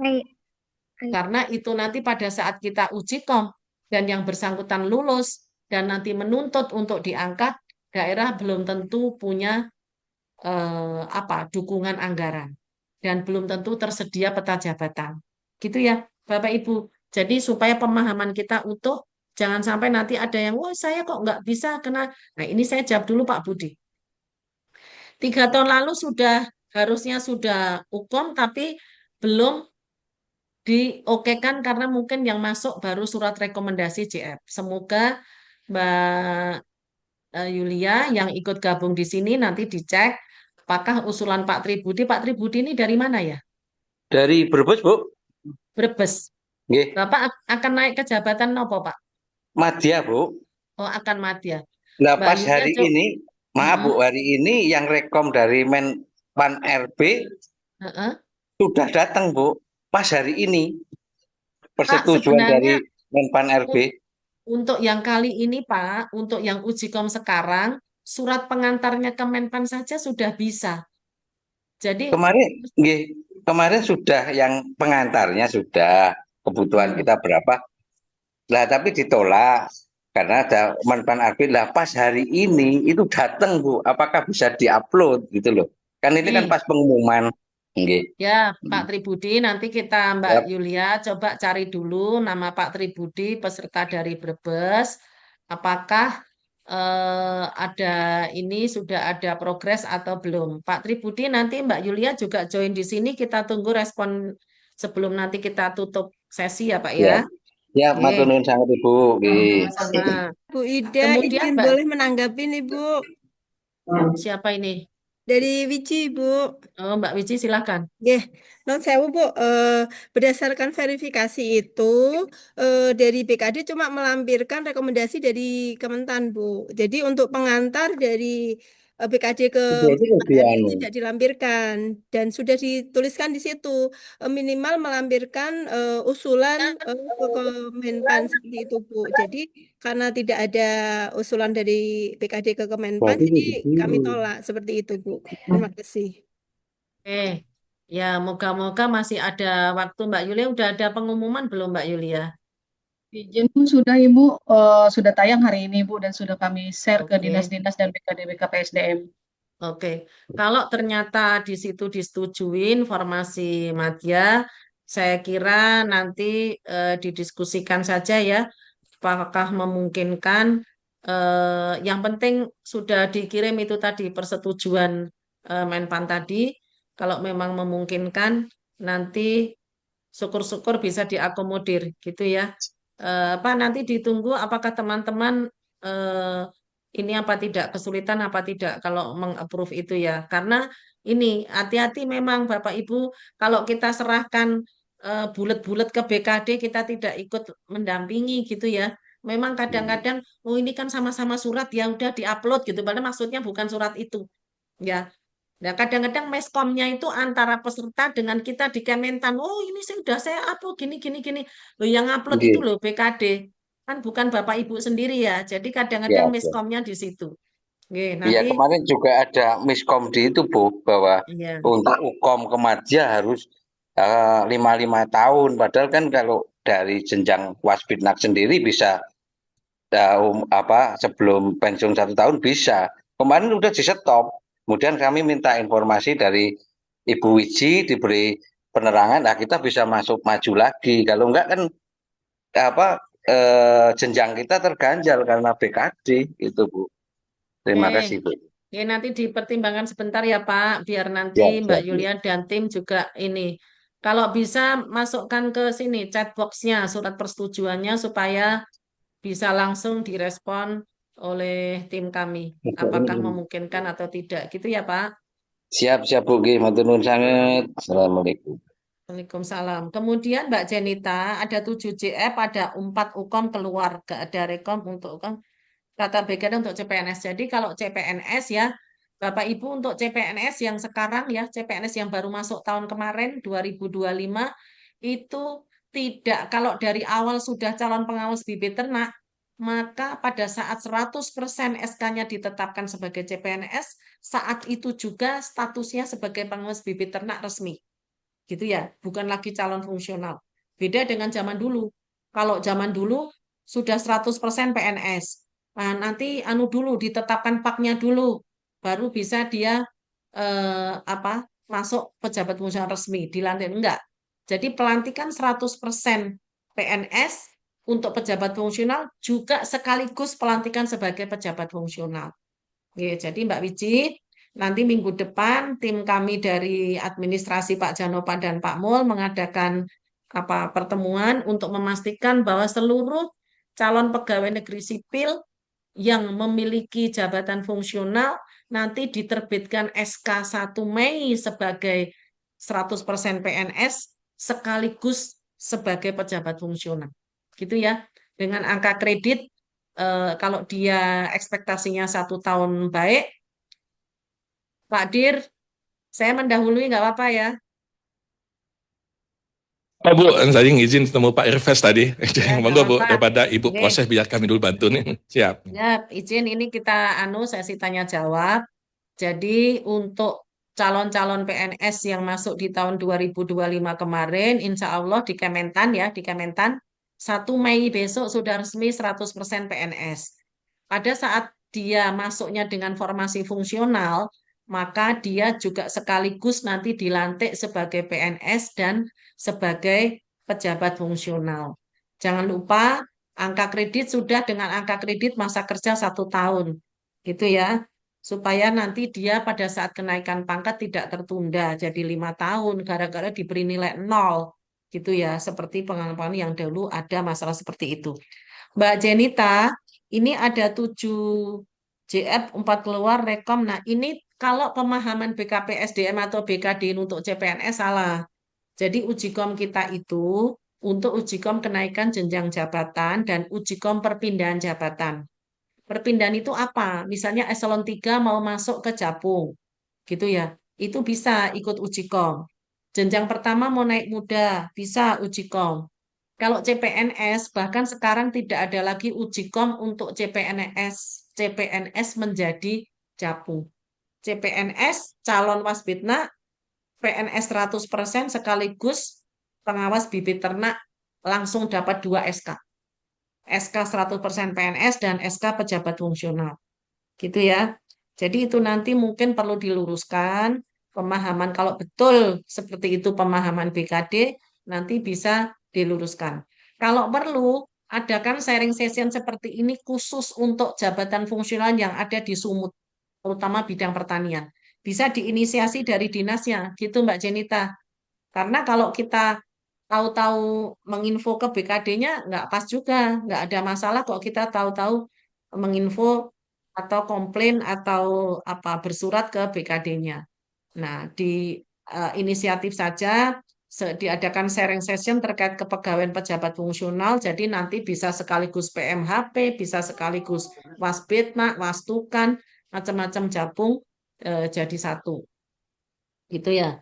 Kemudian eh, Bu Eka, jawaban rekom Mbak Yulia nanti ini dicek karena nanti jawaban rekom juga bisa langsung keluar dari si Sultan itu ya. Aplikasi kita nanti multitasking di satu aplikasi.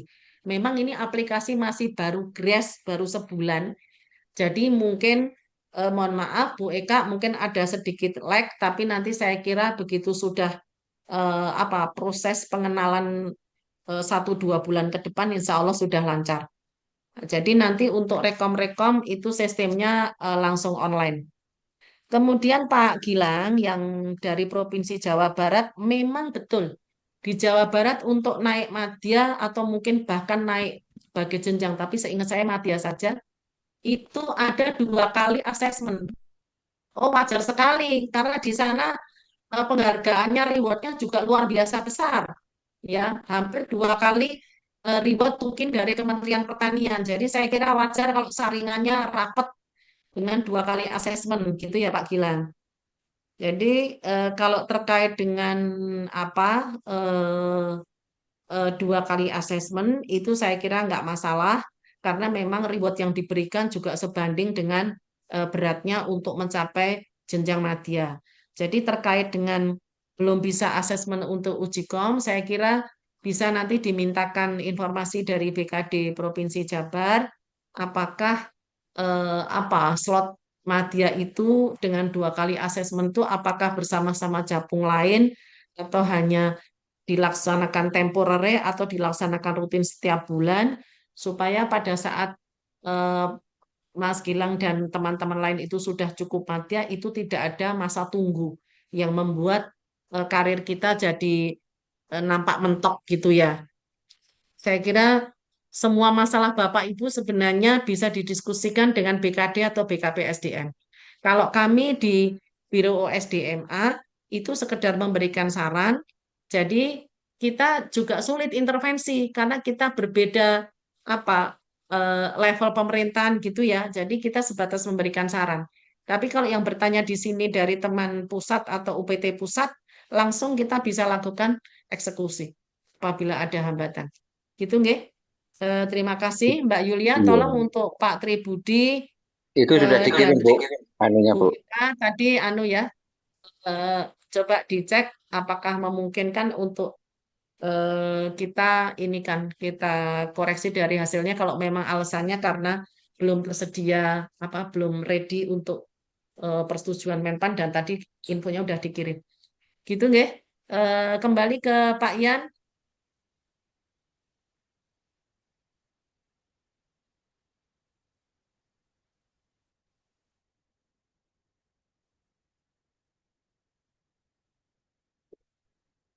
Baik, baik.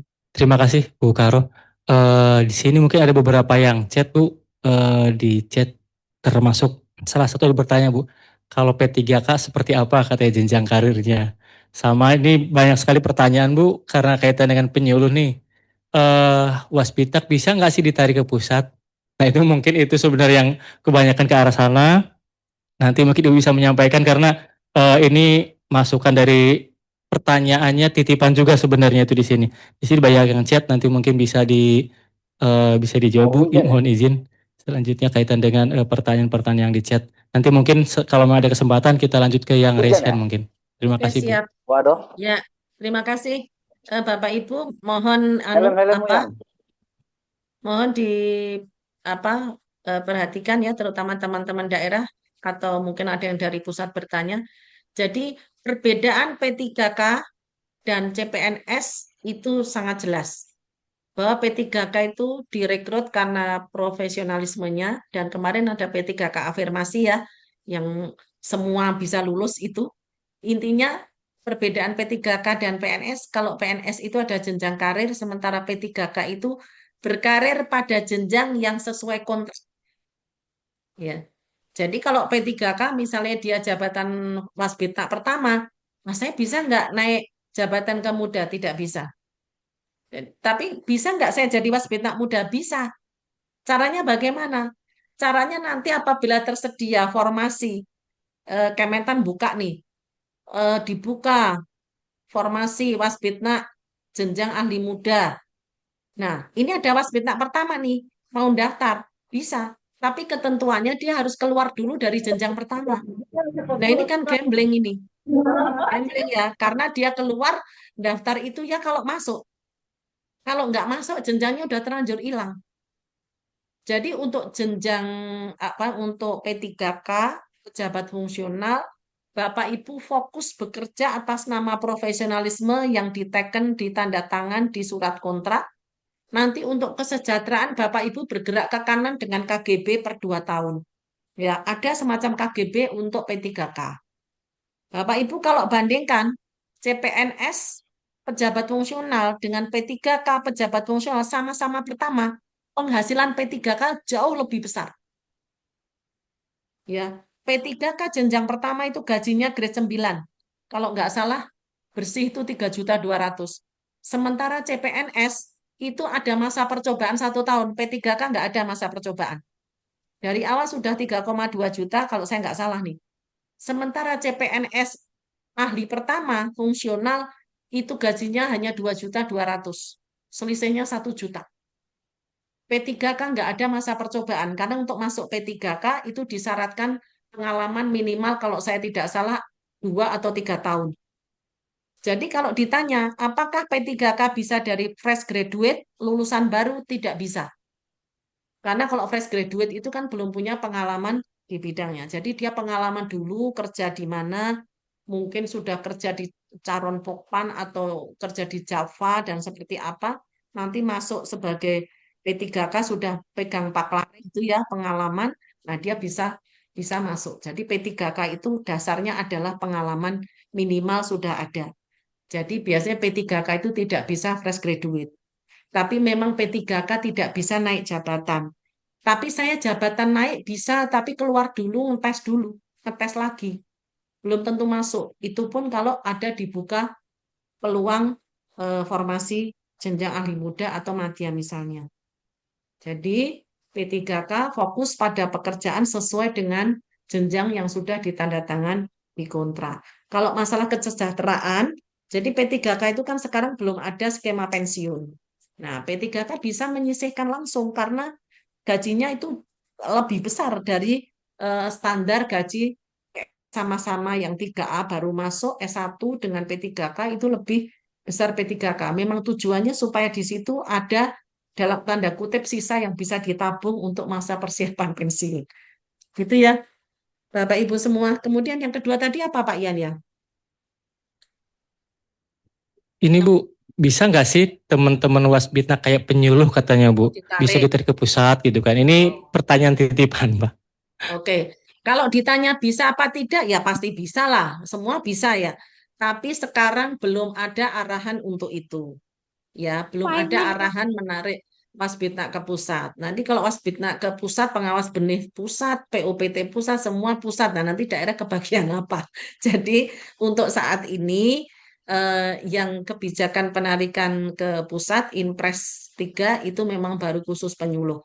Jadi kalau pertanyaannya bisa apa tidak, ya bisa saja, tapi untuk sekarang belum ada ke arah sana. Gitu ya Pak ya? Baik, terima kasih Bu Karo. Mungkin karena waktu juga, hanya saja mungkin saya ngasih kesempatan ya satu yang resign ya. Kalau tadi kayaknya Pak Tribudi sudah, Bu Eka juga sudah. Mungkin ke Pak Bayu, saya kasih kesempatan untuk. Gimana Bu? Ya izin Bu. Ini saya kasihan yang Iya, Bu. di chat box. Boleh nggak 5 menit saya kupas yang di chat box sedikit gitu ya? Dengan sangat Bu, boleh. Silakan Bu, mungkin yang dari room chat dulu, setelah itu nanti Pak Bayu. Silakan Ibu, mohon. Ya, nggak apa-apa, ini tamu saya nunggu dulu sebentar ini karena penting ini. Izin bertanya yang CPNS prosedurnya gimana jadi fungsional? Kalau fungsional itu sudah pasti harus PNS. Kalau Anda CPNS dari awal sudah calon Wasbitnak, nanti PNS-nya pasti jadi Wasbitnak. Tapi kalau CPNS-nya misalnya pengelola teknologi dan informasi, ya itu belum tentu bisa jadi Wasbitnak. Nanti nunggu kalau sudah memenuhi syarat ada SPT-nya dan lain-lain gitu ya. Jadi kalau pertanyaannya CPNS-nya sudah calon Wasbitnak, pasti jadi Wasbitnak. Nggak usah pakai prosedur, nanti 100% PNS, SK fungsionalnya sekaligus juga terbit. Gitu ya. Kemudian apa ini yang kedua nih? Pengen sampai level utama, hanya sampai madya, wasbitna. Oke, bagus sekali. Tapi kalau di daerah saya melihat level utama itu jujur ya belum terlalu urgent. Ya, level utama itu skopnya sudah pemikirannya sudah nasional. Jadi kalau masih sebatas di provinsi, saya kira madya masih sangat cukup. Kalau waskita memang belum tersedia utama, nanti next kalau kita melihat urgensinya sudah mendesak, nanti kita bisa saja usulkan ada waskita utama, gitu ya. Kemudian terkait rekomendasi Japung, Waskita, Kuningan sudah 7 pegawai memiliki SK fungsional ahli pertama. Mendapat rekomendasi untuk ahli pertama hanya 5. Apakah jumlah rekomendasi bisa ditinjau ulang? Ya, jadi karena sudah terlanjur ada 7, padahal rekomendasinya hanya 5, ya berarti belum bisa rekrut CPNS dengan jabatan calon Waskita. Ditunggu dulu sampai 7 ini nanti bergerak ke muda. Belum bisa merekrut Waskita ahli pertama dari CPNS, gitu ya. Gitu. Nah, ini nanti juga potensi makanya jangan tadi di skema formasi yang saya sampaikan jangan mendahului persetujuan Menpan. Karena kalau persetujuan Menpan bilang 10 sudah diangkat 12, yang 2 ini kalau sedang proses audit memang potensi-potensi tidak pas gitu ya. Tapi moga-moga karena ini kita baru proses proses on the track, ya, moga-moga masih bisa ada diskresi sementara. Bagaimana jenjang karir dan uji kompetensi Waskita di kabupaten hasil dari program penyetaraan dari pusat. Nah, untuk penyetaraan itu begini, kalau dia penyetaraannya bekerjanya di bidang peternakan, itu kami masih welcome. Ya, misalnya dulu kan eselon 4 hilang tuh pusat, jadi Waskita misalnya. Dia misalnya di seksi produksi, dulu seksi produksi peternakan, penyetaraan Waskita. Oke, sekarang masih kerja di situ. Mau naik madya, transformasi, lulus uji kom, oke. Tapi kalau bekerjanya sudah di sekretariat dinas, di Sesdin, membidangi perencanaan, kami tidak approve untuk dia naik sebagai Waskita madya. Jadi kalau bekerjanya masih di seksi produksi sebagai apa istilahnya katimker atau subkor gitu ya, itu kami masih oke terkait dengan naik ujikom, naik jabatannya. Pertanyaan dari Bu Mareta Mia ya ini ya. Kemudian Pak Tributi tadi sudah terjawab. Kemudian siapa ini? Bukannya persyaratannya yang penting sudah ada rekomendasi jabatan dari Kementan itu sudah bisa digunakan. Tidak, karena rekomendasi Kementan itu belum sah kalau belum disetujui oleh Menpan. Gitu ya, Bapak Ibu. Tadi sudah saya jelaskan alurnya. Apabila sudah persetujuan Menpan, sudah masuk di informasi itu kalau nggak salah saya lupa nama aplikasinya apa di Menpan, maka dia baru bisa masuk di keputusan gubernur atau keputusan bupati untuk itu diimplementasikan jadi lowongan bisa diduduki oleh pejabat fungsional. Kalau baru rekomendasi Kementerian Pertanian, Menpan belum terinformasi, nanti pada saat rekrutmen CPNS, jumbo itu tempur. Oh, dia masih ngambil banyak Waskita, padahal Waskita di dalam aja belum keurus. Jadi Menpan sebagai pemutus akhir dari terkait dengan kebutuhan jabatan fungsional. Kemudian siapa ini? Pak Sudarman, Kutai Timur. Yang perlu diperjuangkan kelas untuk Waskita ahli muda bisa setara fungsional rumpun pertanian lainnya. Kenapa Waskita kelas 9 sedang lainnya kelas 10 bahkan 11? Nggak ada kelas 11 muda, Pak. Ada 10 pun itu analis PSP dan Alsintan karena dia kan usulan baru.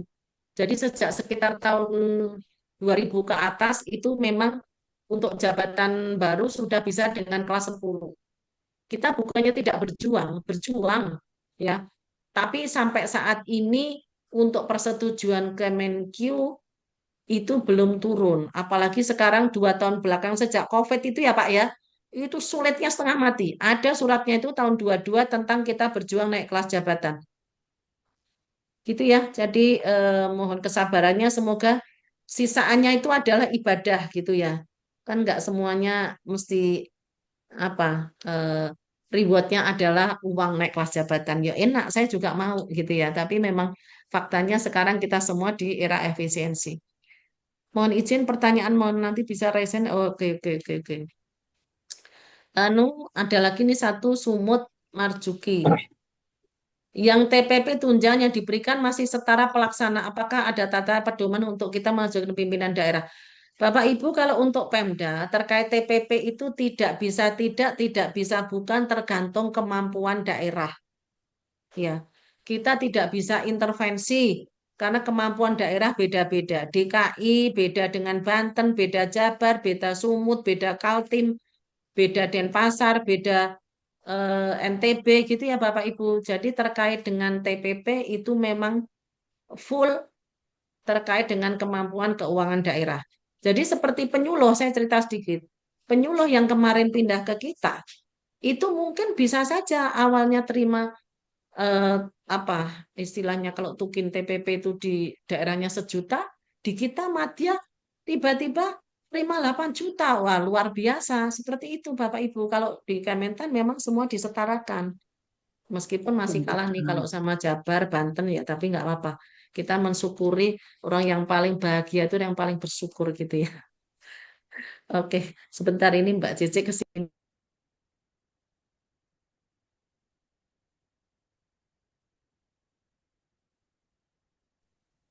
Izin bertanya, Bu. Ya, gimana? Siapa yang bertanya ini? Pak Yan Ya, gimana? Bolehkah? masih boleh? Ya, siapa ya Pak? Bu, mohon maaf Pak Bayu atau yang mana ya? Tadi Izin karena bertanya rencananya dari Pak Bayu Gorontalo, mungkin. peserta dari Gorontalo. Oh, dari Gorontalo. Baik, silakan Pak. Iya, terima kasih Bapak Ibu.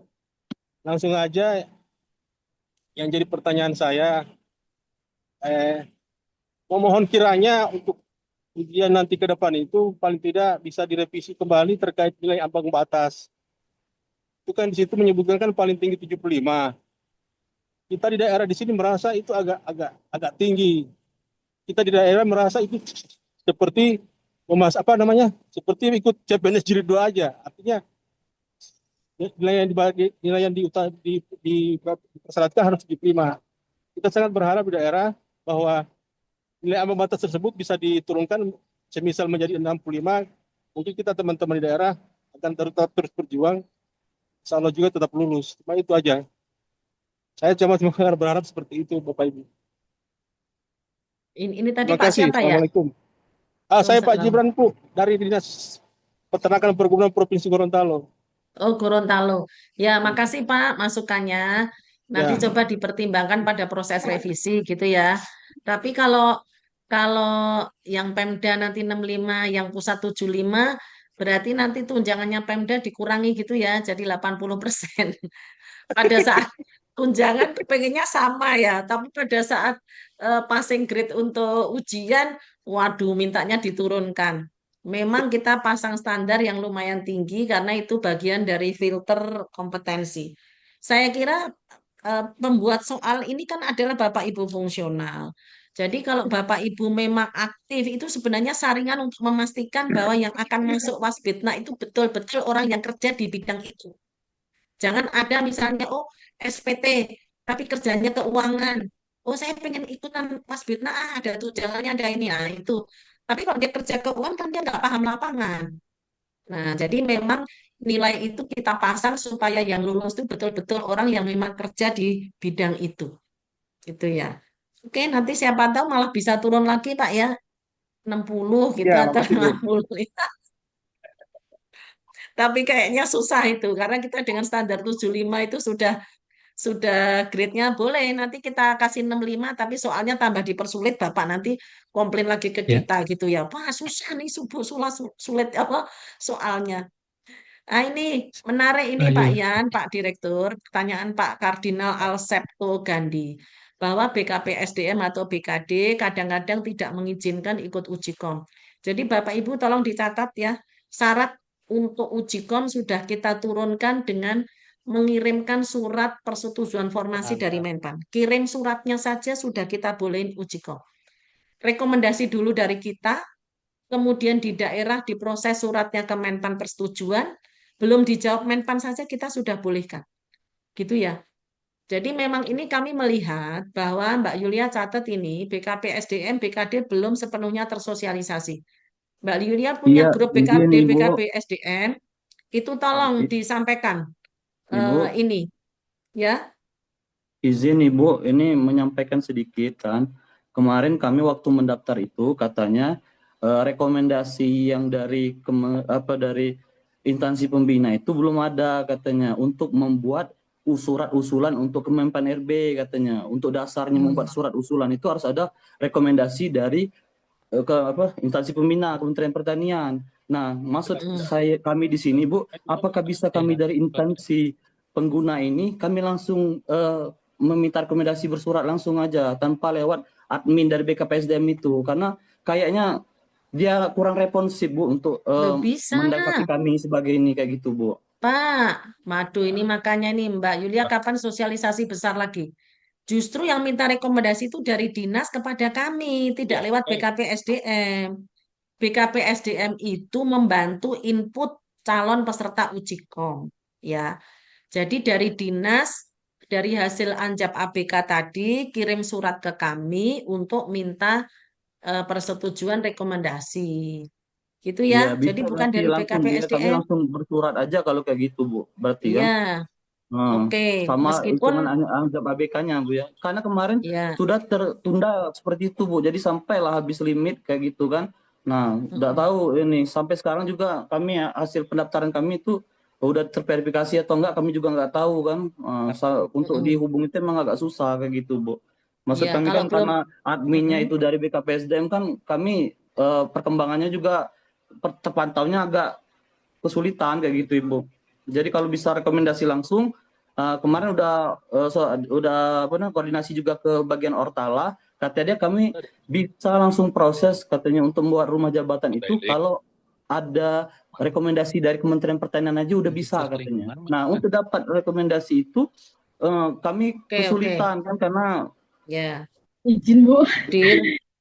Izin Ya Bu boleh ini curhatnya bisa nih 2 hari 2 malam ini nggak apa-apa, nanti kita ada sharing session selanjutnya ya.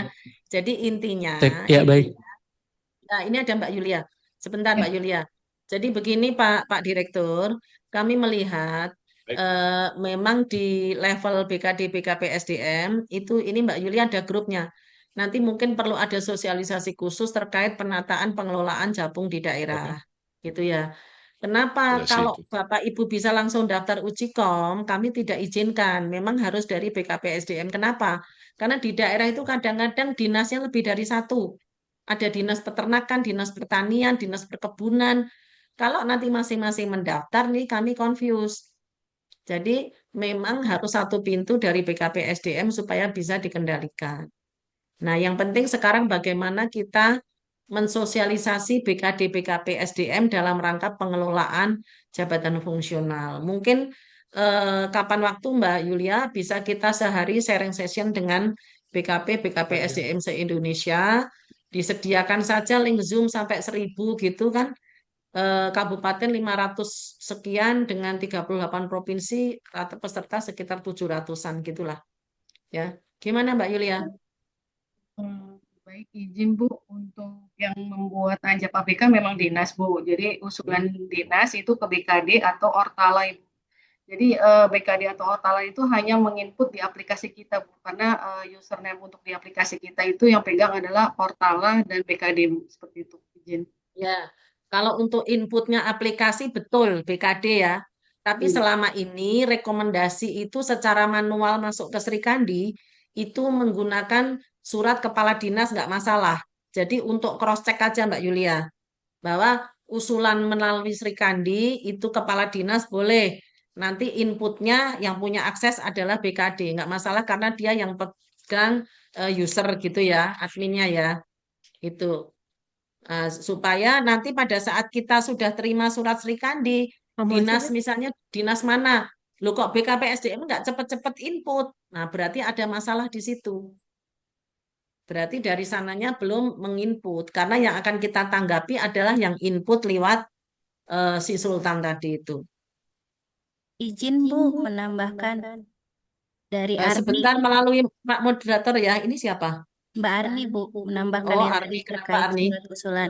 Ya, kami kan di PKH sudah mengeluarkan Kep Dirjen Bu terkait dengan pedoman formasi kebutuhan. Dan di SK Kep Dirjen tersebut sudah ada contoh surat usulan untuk teman-teman dinas mengusulkan kebutuhan formasinya, dan itu sudah dan itu surat wajib ditandatangani Sekda. Kenapa begitu? Karena pada saat sebelum rekomendasi diajukan melalui aplikasi, sebelumnya manual, dan ada kasus pada saat dinas mengusulkan rekomendasi ke kami, setelah mengeluarkan rekomendasi ternyata BKD tidak bisa proses karena anggarannya terbatas. Nah, oleh karena itu pada saat pasesnya dulu Pak Makmun, beliau minta dibuatkan Kep Dirjen supaya surat usulan semua yang tanda tangan Sekda, dan Sekda pun tahu bahwa ada usulan kebutuhan dari dinas tersebut terkait anggaran nanti yang akan dikeluarkan. Gitu Bu.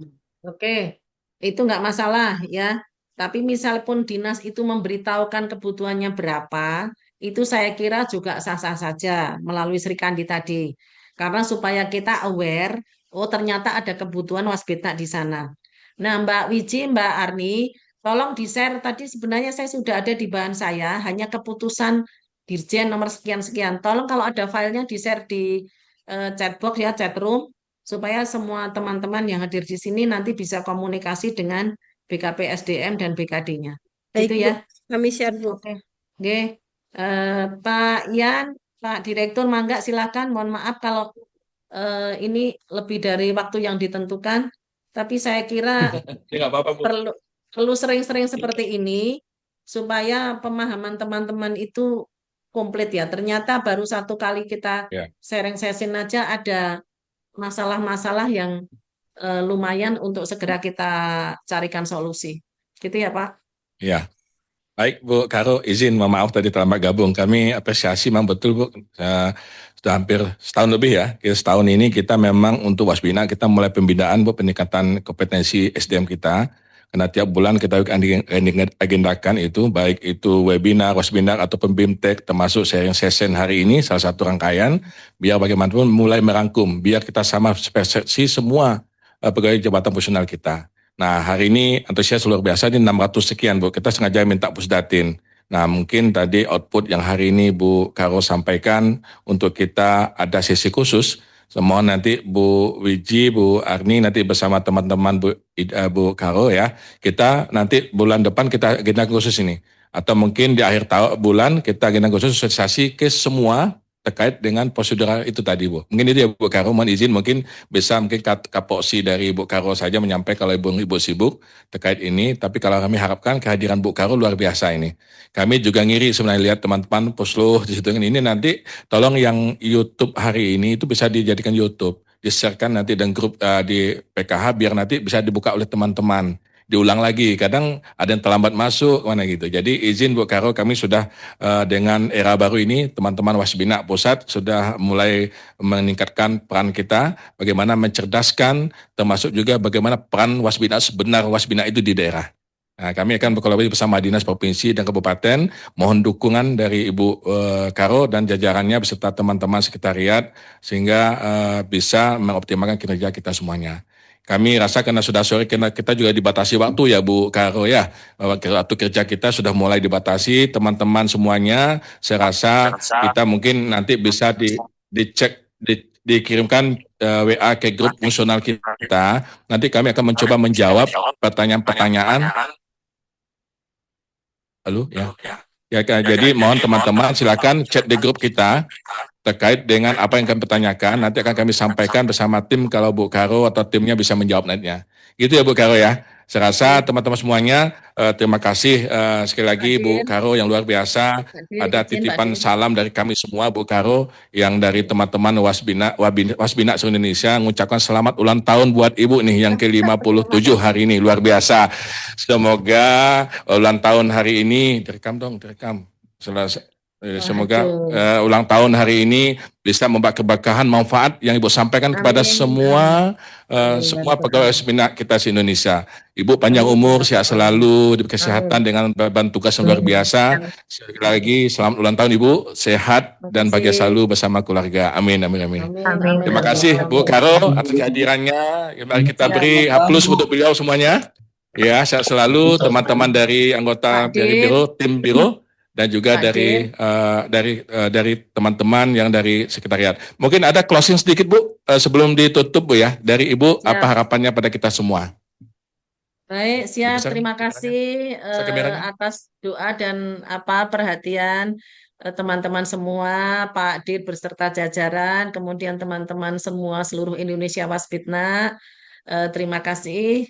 Kemudian satu hal, kami sangat concern dengan pembinaan jabatan fungsional baik di pusat maupun daerah. Jadi melihat banyaknya komplain keluhan dari daerah ini tadi sebenarnya sangat prihatin Pak Dir. Nah di sini hadir Mbak Wiji dan Mbak Arni, minta tolong nanti dilaporkan ke Buses. Kita sudah lama sekali tidak punya forum komunikasi dengan Pemda. Kalau terkait pegawai pusat dan UPT pusat, saya kira itu bisa langsung kita sikapi, kita tindak lanjuti karena itu tanggung jawab kita, gitu ya. Tapi kalau untuk Pemda, saran saya dikoordinir oleh Sekretariat Ditjen PKH, karena Japung yang dibina kan ada Wasbitnak, Wastukan, medik, paramedik ya, itu semuanya saya yakin punya masalah yang sama, ya. Jadi nanti bisa dikoordinir dari Sekretariat Ditjen untuk kita diskusi besar dengan BKP SDM dan BKD seluruh Indonesia. Nah, itu bisa kita lakukan di situ dengan melibatkan dinas yang membidangi peternakan. Jadi pada saat masalah itu muncul, langsung bisa diselesaikan oleh BKD, BKP SDM maupun dari dinasnya. Gitu Pak Dir.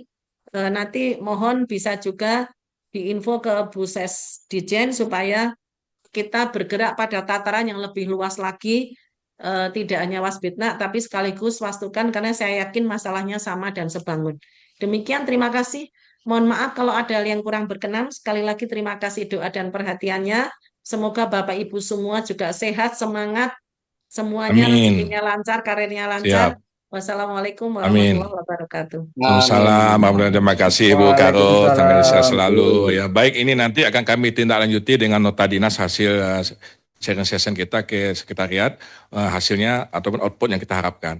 Jangan bosan-bosan Bu bergabung bersama kami. Kalau suatu waktu kami minta join Zoom teman Wasbina, intinya Wasbina bukan bangkit, berarti optimalkan peran Wasbina. Itu kata kunci kita saat ini. Sekali lagi terima kasih Bu Karo atas teman-teman juga atensi yang hadir hari ini semuanya. Teman Wasbina semua di daerah tetap semangat, tidak ada masalah yang tidak akan diselesaikan. Insya Allah Bu Karo tetap bersama kita. Yang penting kata Bu Karo, tetaplah bersyukur kita dengan apa yang kita peroleh. Itu kata kuncinya. Tetap bersyukur. Terima kasih teman semuanya. Ya, resmi kita tutup aja webinar kita hari ini, sharing session kita hari ini dengan harapan kita segala yang disampaikan Bu Karo bermanfaat untuk kita semua, berkah untuk kita semuanya, jadi acuan kita untuk perbaikan ke depan. Demikian atas nama pimpinan ucapkan terima kasih. Wabillahi taufiq wal hidayah. Wassalamualaikum warahmatullahi wabarakatuh. Terima kasih teman semuanya. Terima kasih Bu Karo, kasih ya, kasih semuanya ya, terus semangat. Masukkan di grup. Mas Setio nih.